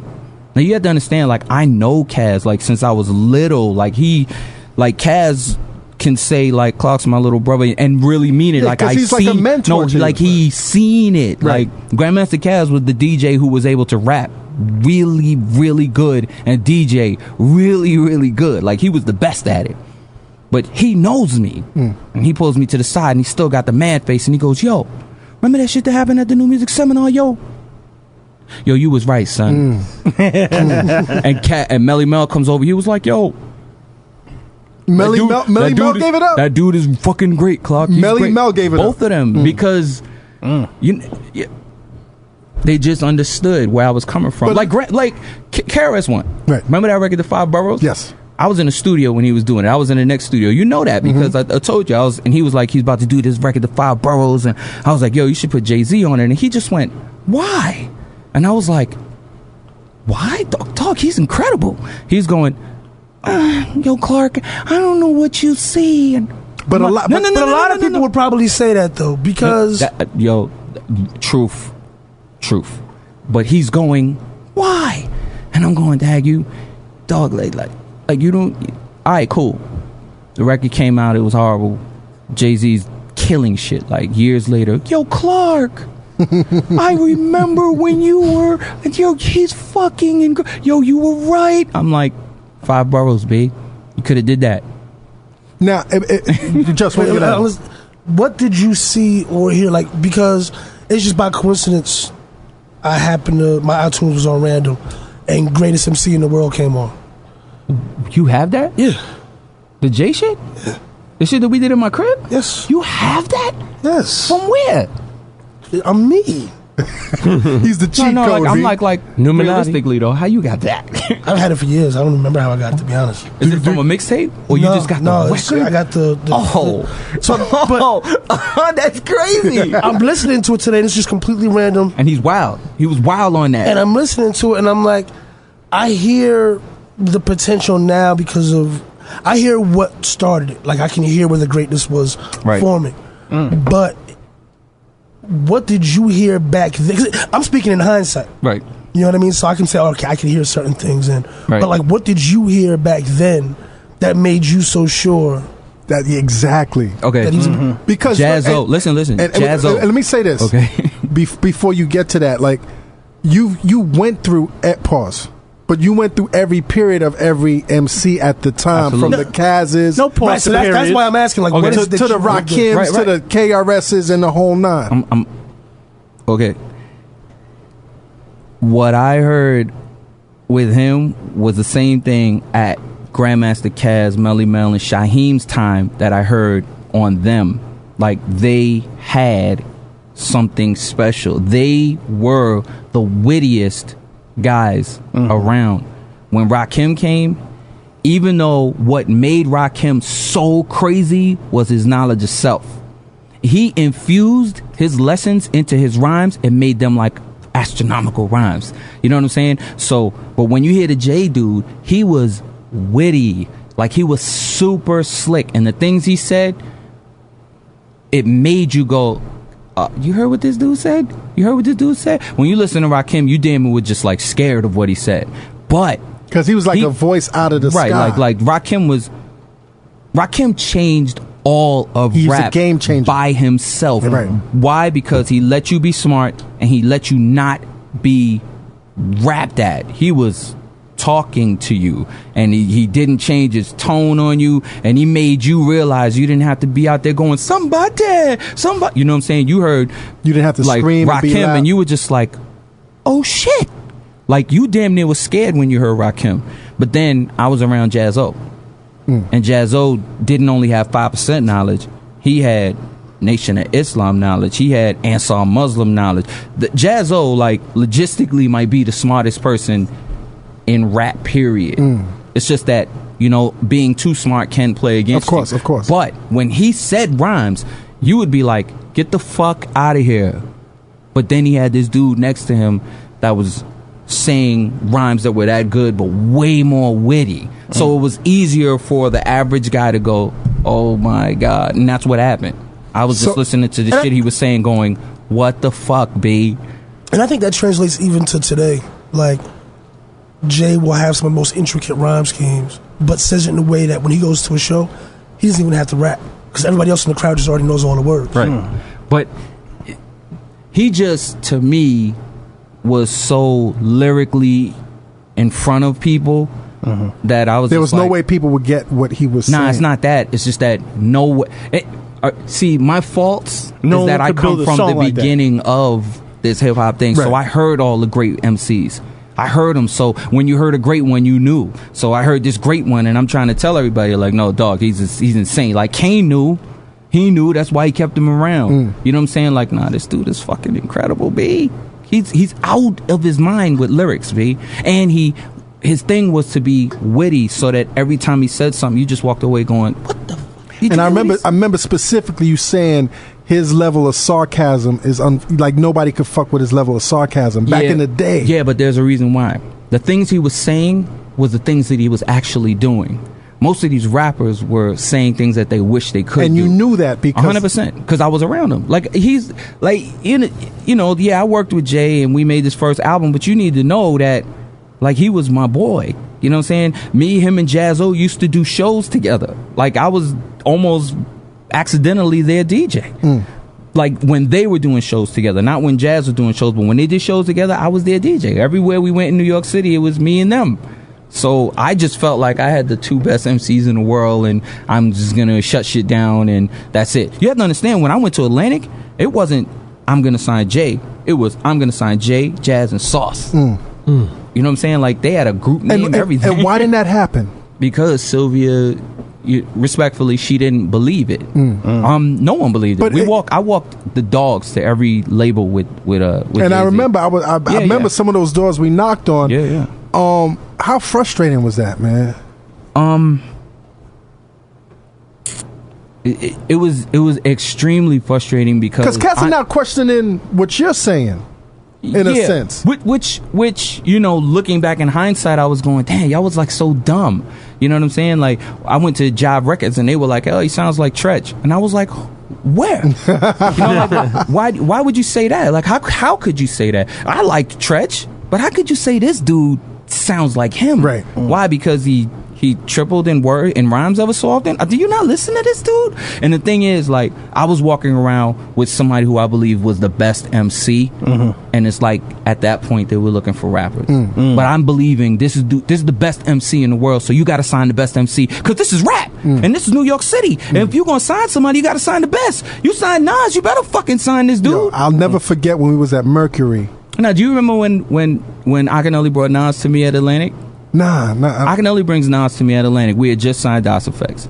I'm like, yo, all I need is a demo, son. He ain't had no demo, so I couldn't sign him. Nas goes back. Nas goes back and says Clark didn't sign me because he signed DOS Effects. No, DOS Effects brought me an album, B. Wait, hold up.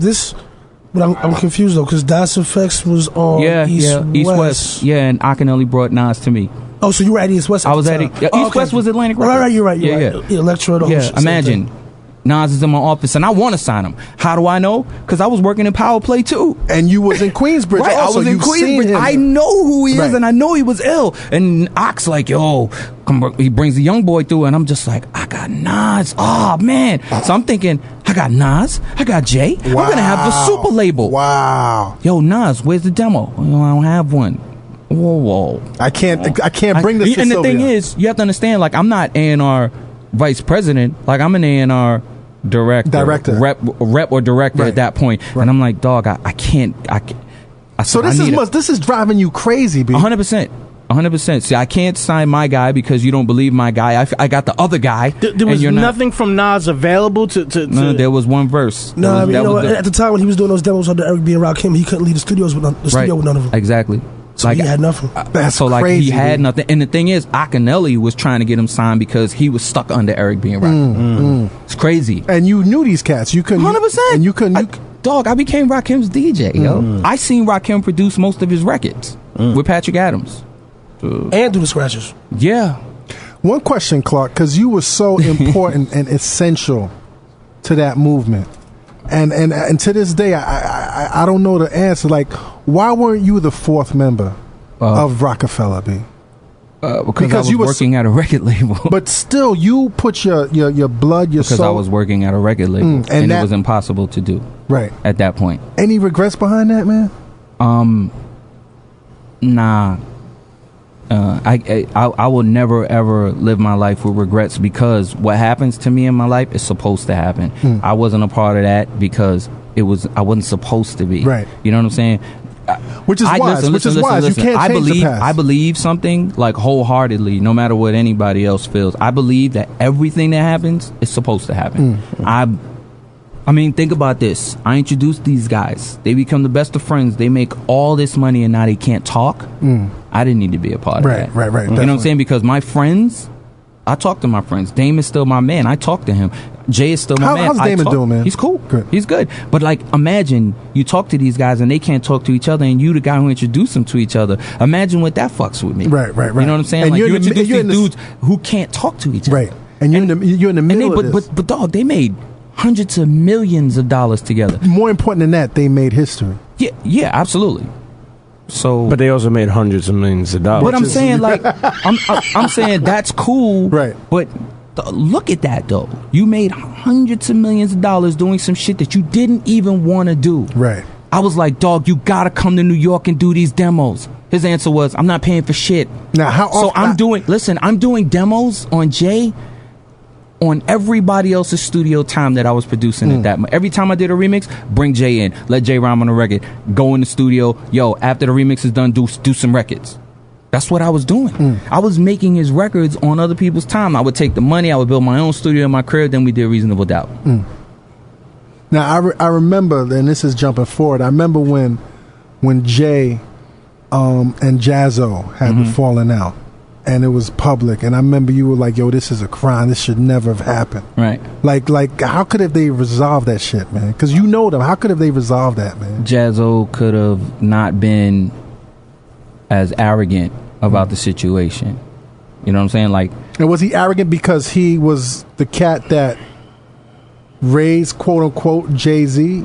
I think he just truly had a misconception of everything that was happening with Rockefeller. You know what I'm saying? Like, he just believed that dudes was just multimillionaires. You know what I'm saying? If you were a part of that album, you made good money. Right. But then it's like, okay, you got to make this new album. Like, you don't have the money that and you it was think. samples, and it was the whole nine. But and the priority deal wasn't the best deal, and all of that shit. But they're going, we got this much for you. He's going, oh, you're being disrespectful. What do you mean, dog? Like, nobody's chasing you at this precise moment to give you a record deal. Like, I'm your man. I'm trying to, you know what I'm saying? What you did for me, I'm trying to reciprocate it. Right. And, you But know, like, beyond- the arrogance in that is crazy. But beyond that, he was still around for years. 100%. Because he was still at there. He was Baseline putting them every on day. records. All of that shit. He was producing them. Yeah, He was on albums. And then it's just from the other side of it. Right. As somebody who was there later on. Right. It made no sense to me. I remember the whole situation. Bathgate, who was artist we had on Virgin, had a beat that Jazz did for him. Jazz called him like, yo, let me get the beat back. I'll give you all the money back because Jay's gonna do a verse for me and I'm gonna put it out. It's gonna be my record instead. So no problem. I don't even want the money back. Here, take the beat. They do the record. We mix it at Baseline. And then when it comes time to Jay do the video, you know, Def Jam used to have him locked where it's like you can only do X amount of videos Right. for X amount of time, you know, for outside artists. Technically, he's an outside artist. So he couldn't do the video. couldn't do it, right. But he did the verse. Right. No problem. So you could, he gave him sticker rights. You know, you want to, because back then we used to press up 12 inches and getting sticker rights was a big deal. To be able to say featuring so-and-so. Gave him all of that, no problem. Just couldn't be in the video. 2 weeks later, it was So it's beef. Yeah. And it's just like, because he couldn't be in your video, he gave you the verse. He's giving you everything else to which is remember. unfortunate, man. Which is unfortunate. To me, Is that a lack of communication ultimately between people? Probably understanding That's just too. understanding. But to me, the worst part about it is lyrically, Jazzo might have been the best it was. He was out of this and that world. and ultimately you feel that was part of it, like that. Nah, Why he couldn't relent? He couldn't I relent just to feel Jay like if being they would have been the- able to do what they could have done together, you would have seen some insane shit because of how they forced each other to be better. Like all the time, Jay, Jazz, and Sauce were like animals when they were in the same environment. When they to were be in the pocket. No, just when they were involved, saying, "Okay, we have to rhyme together." Right. Like the records I have of them rhyming together, like the rhymes, like Jay's gone back to some of those rhymes and used like rhymes that were like 10 years old because they were so crazy. Like he was saying. They were saying, I can't even say he himself because there was records where Jay got got by Jazz or Sauce got by, you know what I'm saying? It was just so ill. Crazy. You did Foundation? Which record was Foundation? Nah, I didn't do Foundation. I think, did Ski do Foundation? Or did Jazzo might have did that? Yeah, all right. Jazzo might have did Foundation. Clark, you got so much history, man. And during the break, Cats felt that it wouldn't be right if we ended this segment without you talking about, you know, your relationship. Pause. Oh, God. Nah, there's no pause. That's pause, flagrant. man. Yo, Clark. That's no pause. Thank you. Okay. With B.I.G., man. Like where'd you meet B.I.G., man? I met B.I.G. around his way, and I called. I'm not gonna say we called. I called him C-Dub, as in Christopher Wallace. I called him C-Dub. He called me the R. Anybody who knows me knows what the R means. But Rangold. whatever. But like I knew him before he got his record deal and all of that, and because I was really, really good, really close with close with Daddy-O, close with Just, all of them from around his way, and everybody knew who Big was, and everybody, we just knew him. And I understood that he was ill.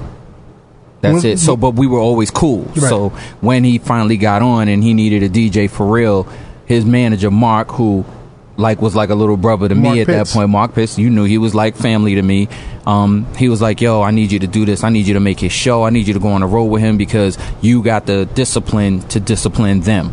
So, that's what it was. It was like a really, really serious. If you know, Reg, at that point, Bad Boy wasn't like a label. It was like a family. So everything that was happening, when Craig Mack did Flavor in Your Ear, we were all at the Scarsdale house at Puff's crib, and when we heard it, we all just jumped in our cars and went to the Palladium like, niggas gotta play this right now. And when they played that at the Palladium for the first time, which was 3 weeks after we went there, like, you gotta play this right now. Madness. Because when we went there, they wouldn't let us play it, and they wouldn't let us in because we were too rowdy, but Puff had that Rabbit, that Volkswagen Rabbit with the top down, with the stupid system.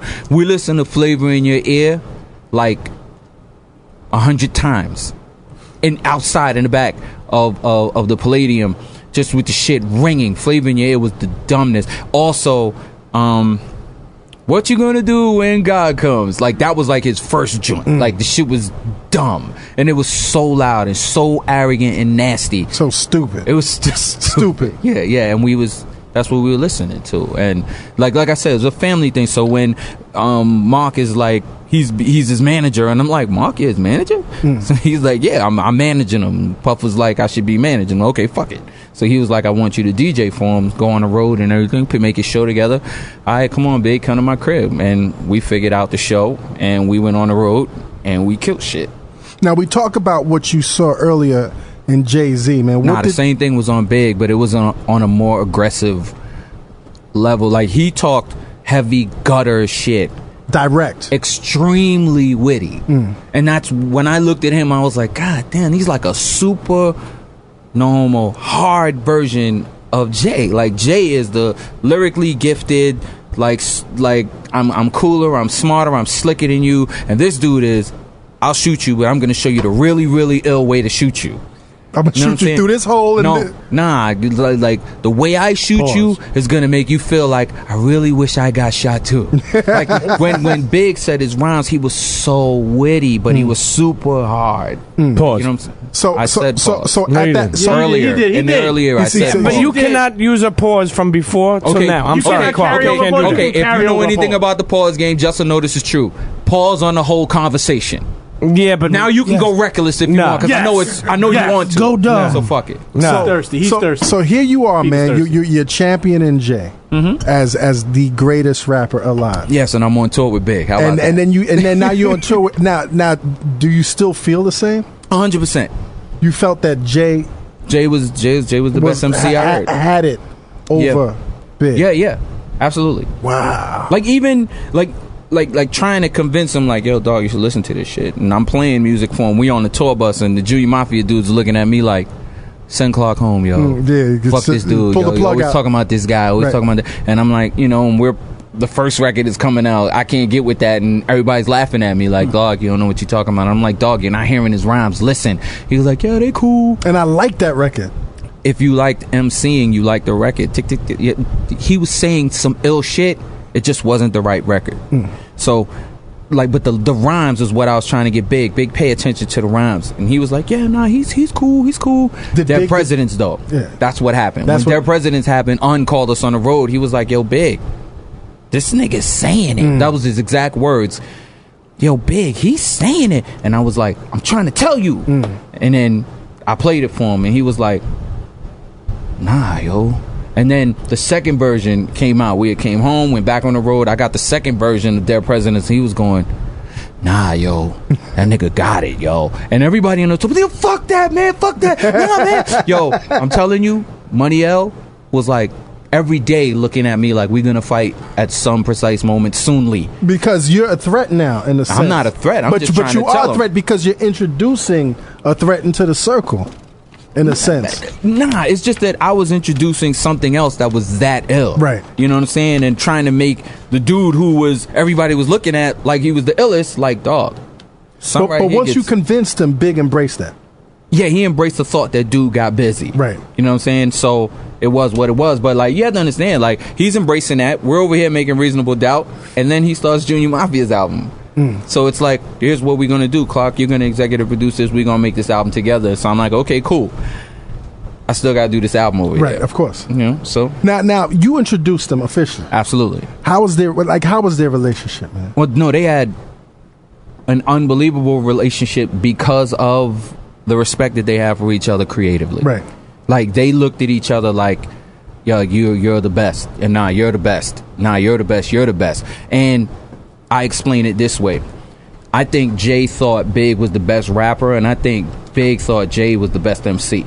And that's the way I think about them too. I think they were both the best. Like, if you had to go 1 and 2 on each scale, like best MC, I would go best MC Jay, best number 2 MC Big, and I would go best rapper Big, and the number 2 rapper Jay-Z. Like, I think they were both the best at what they did. So, Clark, I've heard you make this distinction before, man, and I definitely want you to simplify it and break it down once again for us, man. The difference between a rapper and an MC. An MC, before I say this, I'm going to say this is just my thoughts. A lot of people feel how they want to feel about whatever.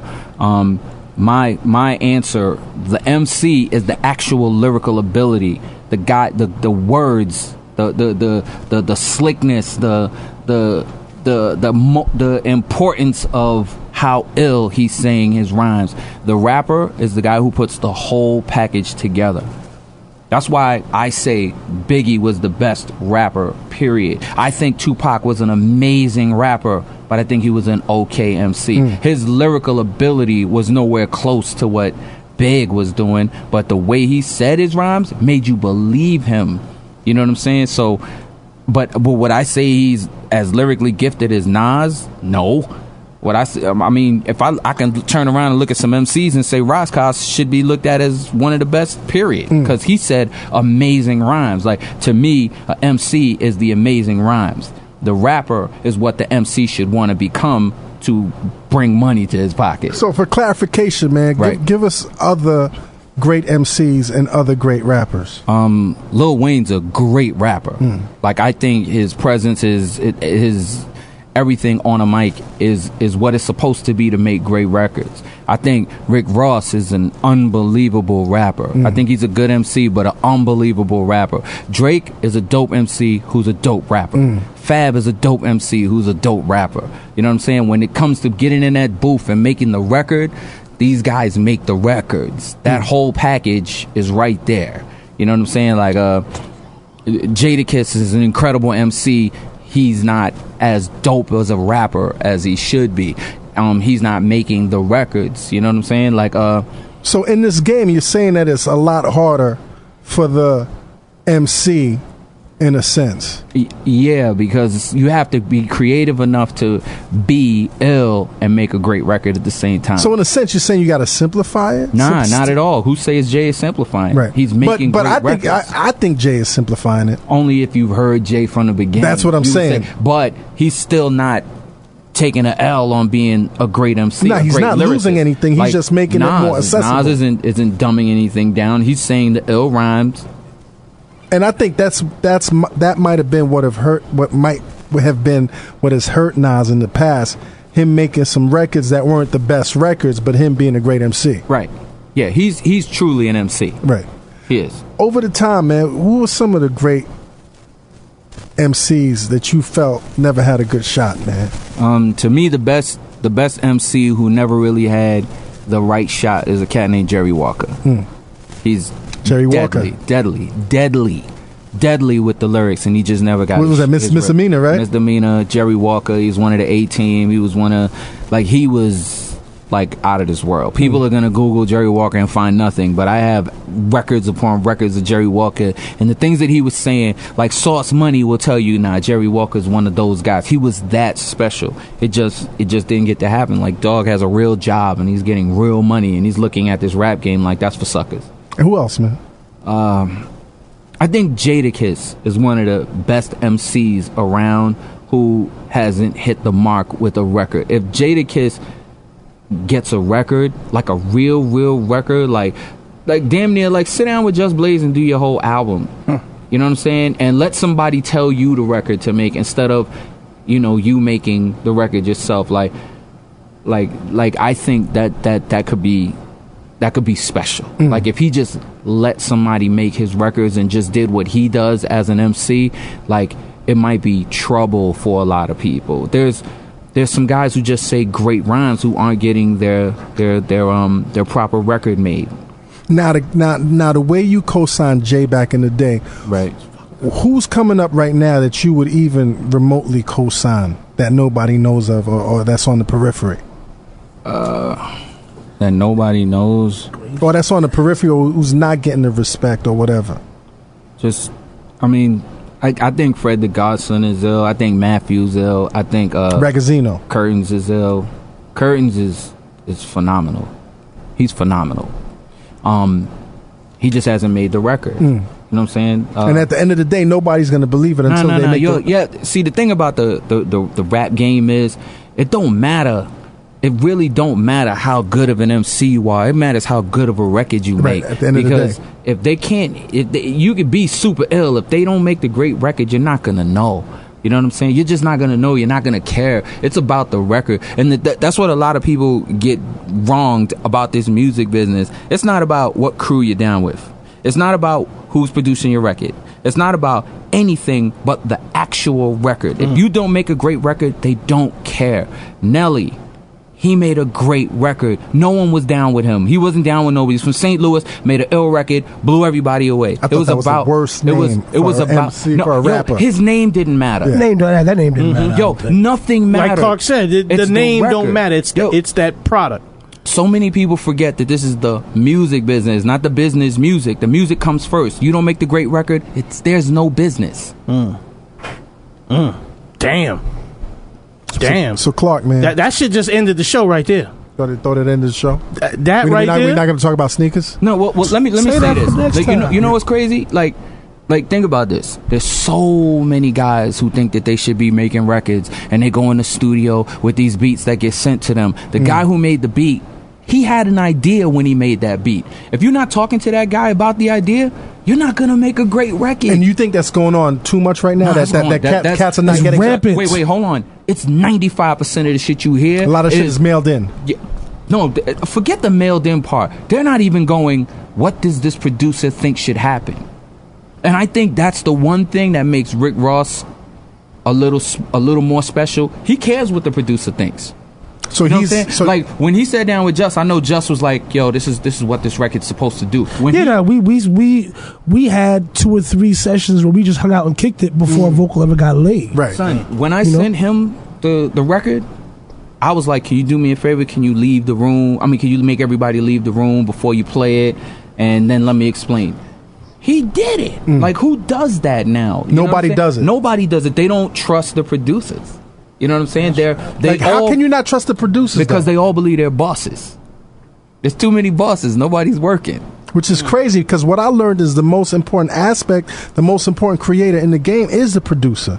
Without the producer, there's no records. There it is. But the problem is there's way too many beat makers and not enough producers. Too many beat makers. So Way too many beat makers, not enough producers. Are we gonna Hold on, invite? I know Just Blaze got it. I got to get Just Blaze a second to co-sign that. I'll say this. I feel like there are a lot of people, I agree with you, but I feel like also a lot of the younger generation of beat makers today aren't getting a chance to be a producer. There was a point when I was just in the studio and I was making the beat, but I was too scared or too new to really have input, or I was too nervous to voice my opinion about what I thought of the record I was working on while the artist was doing vocals. It took me working with Jay, who arguably could have been like, I don't care what you think, just give me your beat. He was the first one to be like, so how do we approach this? Or what do you think of this verse? Or I had an idea, and he would just be like, well, go ahead and do it.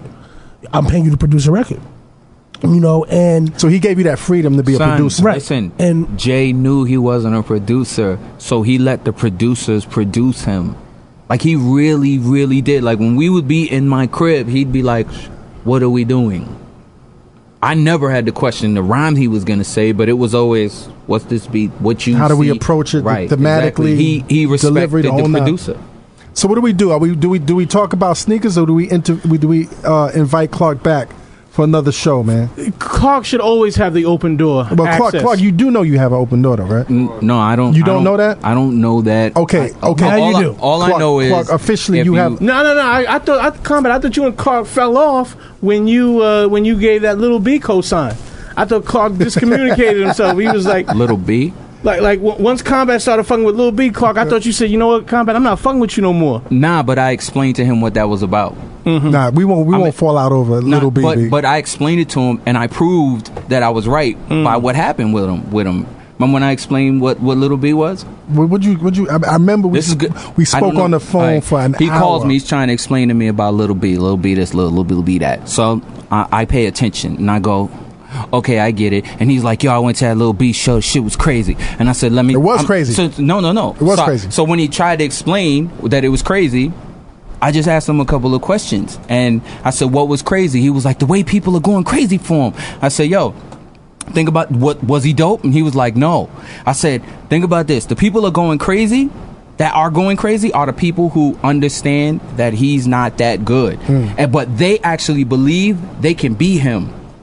So he was their hope. He was a struggling man's hope. Imagine, like, I hate to use this word, but imagine you're whack.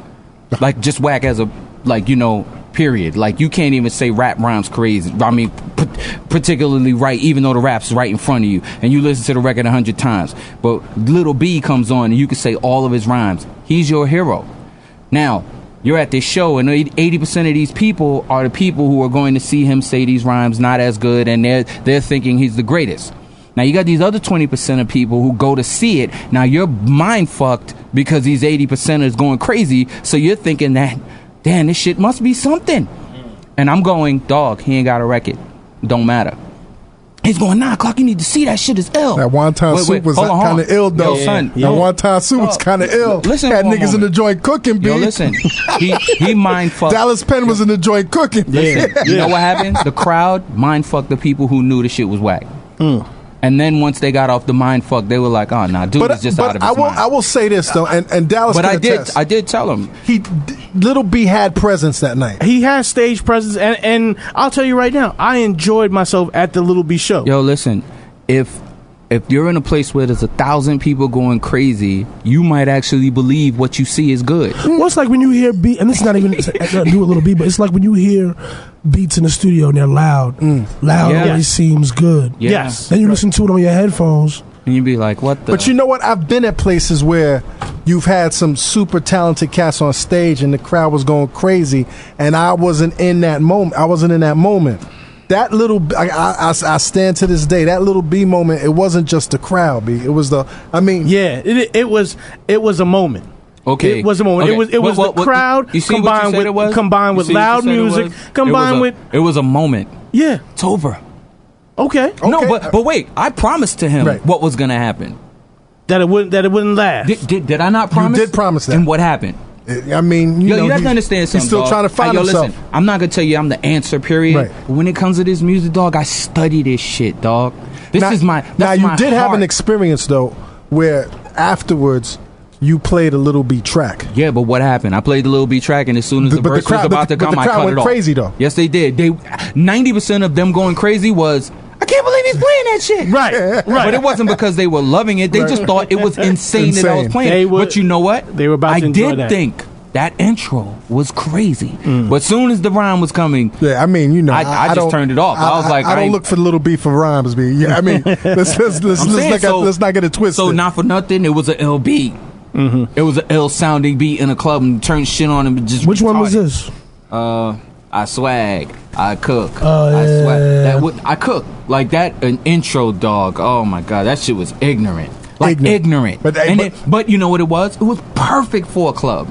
Perfect ignorance for a club. And soon as the rhyme was about to come up, time to change that. Yo, Clark, what are you listening to right now, man?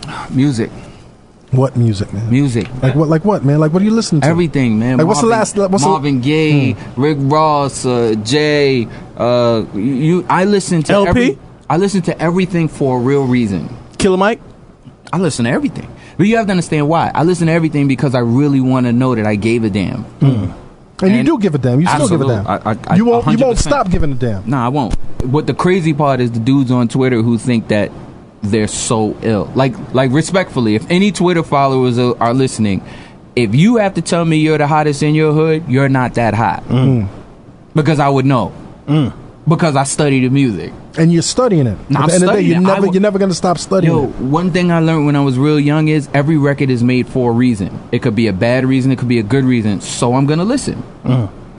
If the Twitter people who were sending me music, if I started to give a real commentary on the shit that they're sending, you know how many motherfuckers would be like, I'm going to kill Clark Kent? Motherfuckers is sending some bullshit. Yeah, but they think. You can get whack rap fatigue listening to shit niggas sending on Twitter. But again, you know, like there's people who would say I'm washed up. Yeah, there's a bunch of people who was like, what the fuck does Clark know about hip hop? He's washed up. If I'm washed up, what do you know about hip hop, right? What do you know what about do I know right? about hip hop? Why you sending me music if I'm washed up? Yo, Clark, man, we got to have you on again, man. It's always an honor when you come on. Part two. Pause, because I was... Pause for what I didn't catch it. You're going to have him on again. I don't care Hey, yo, stop repeating that. Yo, Clark, what are you working on, man? What do you want the people to know that you're working on right now? LTD Plus Management. Yes. We manage Al Sylvester, we manage DJ Timbuktu, we manage the greatest hip-hop photographer ever, Jonathan Mannion. Working on music. You was going to say Ernie Paniccioli. No, he was dope, but the greatest is Jonathan Mannion. What up, Jonathan? Respectfully, Jonathan Mannion, the top shot. Shouts to Jonathan Mannion. Yeah. So Premium and Dallas, we're gonna have him back for like the I mean, we can go days and days and days with Clark. I mean, first of all, we can go days and days with Clark just about his barbecue, just about that mango lemonade. Whoa. At his personal barbecue. I didn't have the mango lemonade. You missed. I want to say, like, across the air, I'm sorry you didn't get to play at the barbecue. Yeah, I brought the police with me. I know, man. You shut it down, As Justin. soon as I walked in, I was like, "Yeah, that guy, he's not playing." Yo. And that was it. But Clark, man, like I said, man, it's always an honor. We definitely got to have you on for part 2. It was an honor to be here. Yes, indeed. Dallas, man. Combat Jack. Listen, it does not stop. Do you feel threatened, man? Do I feel threatened? When you leave the booth, man, you feel threatened? No, I don't. Okay. No, I don't. I mean, again, the truth shall set us all free. Yes. Don't be afraid of the truth. And I know Combat Jack, the greatest hip-hop attorney of all time. That's true. Yo, Just, what's up, man? I'm good, man. What's good, man? Just good? music video director. You directing a video right now?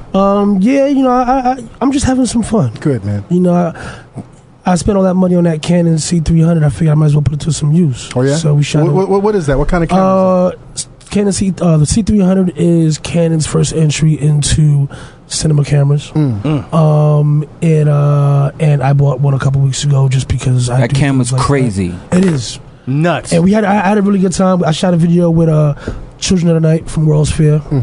Shout out to Queens on Sunday. We're gonna be doing a few pickup shots around the city over the next couple of days, and then just editing it up and see what happens. So you're about to be a cinematographer, man? I've actually been doing that for like 10 years, quietly, just kind of learning and figuring it out. My thing was I wanted to learn the technical side of things first. I didn't want to just jump in. Some dudes will go and get Fruity Loops or an MP and not know what they're doing, and then jump out and be out there trying to sell or play people music. I said, let me learn first. Let me study all the great movies, study all the great videos, study all the great photographers, and learn what these cameras actually do before I even show anybody anything. Yo, Just, what's your favorite movie, man? Favorite, like Episode 5. I have favorites for different reasons. Just if I want to sit down and watch something that makes me feel good, that I can just recite every word to, without even having the movie on, it might be like Fright Night or The Lost Boys. I'm an 80s baby. You know what I mean? Baby. I'm a real 80s. Not these kids who were running around screaming 80s baby a couple of years back because they don't remember anything about the 80s. Right. You were literally a baby in the 80s. Yeah. So you can't count. be an 80s baby if you was like 6 months. Exactly. In the 80s. So I was born right before the dawn of the 80s. So for me, it's Fright Night, Lost Boys, RoboCop, baby. Those might be my top 3. RoboCop. That's just crazy.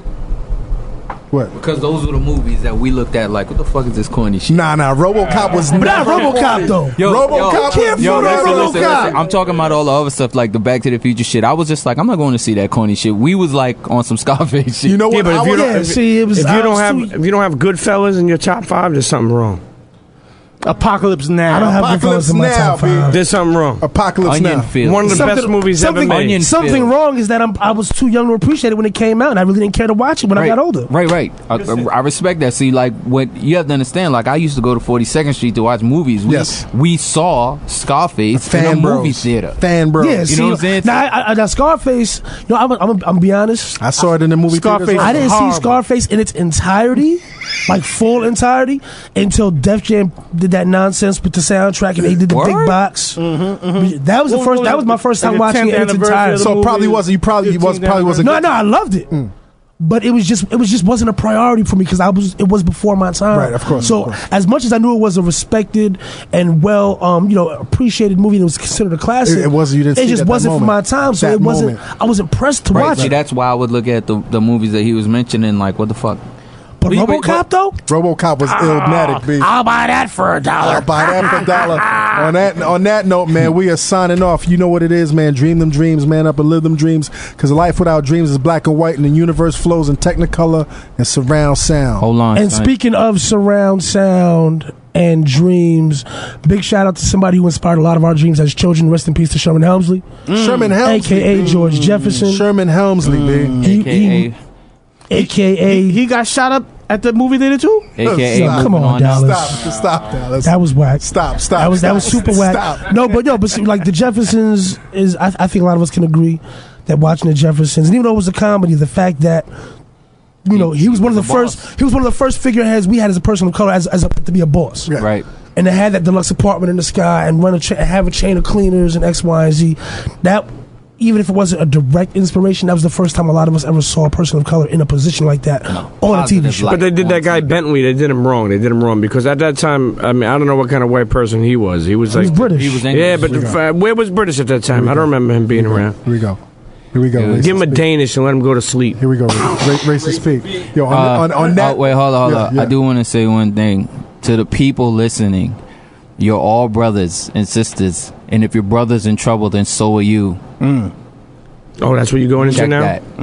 Damn. Wow. Are you going into public speaking? On that Amen. note, Amen on that. On that note, signing off. Peace. Illuminati! www.pncradio.fm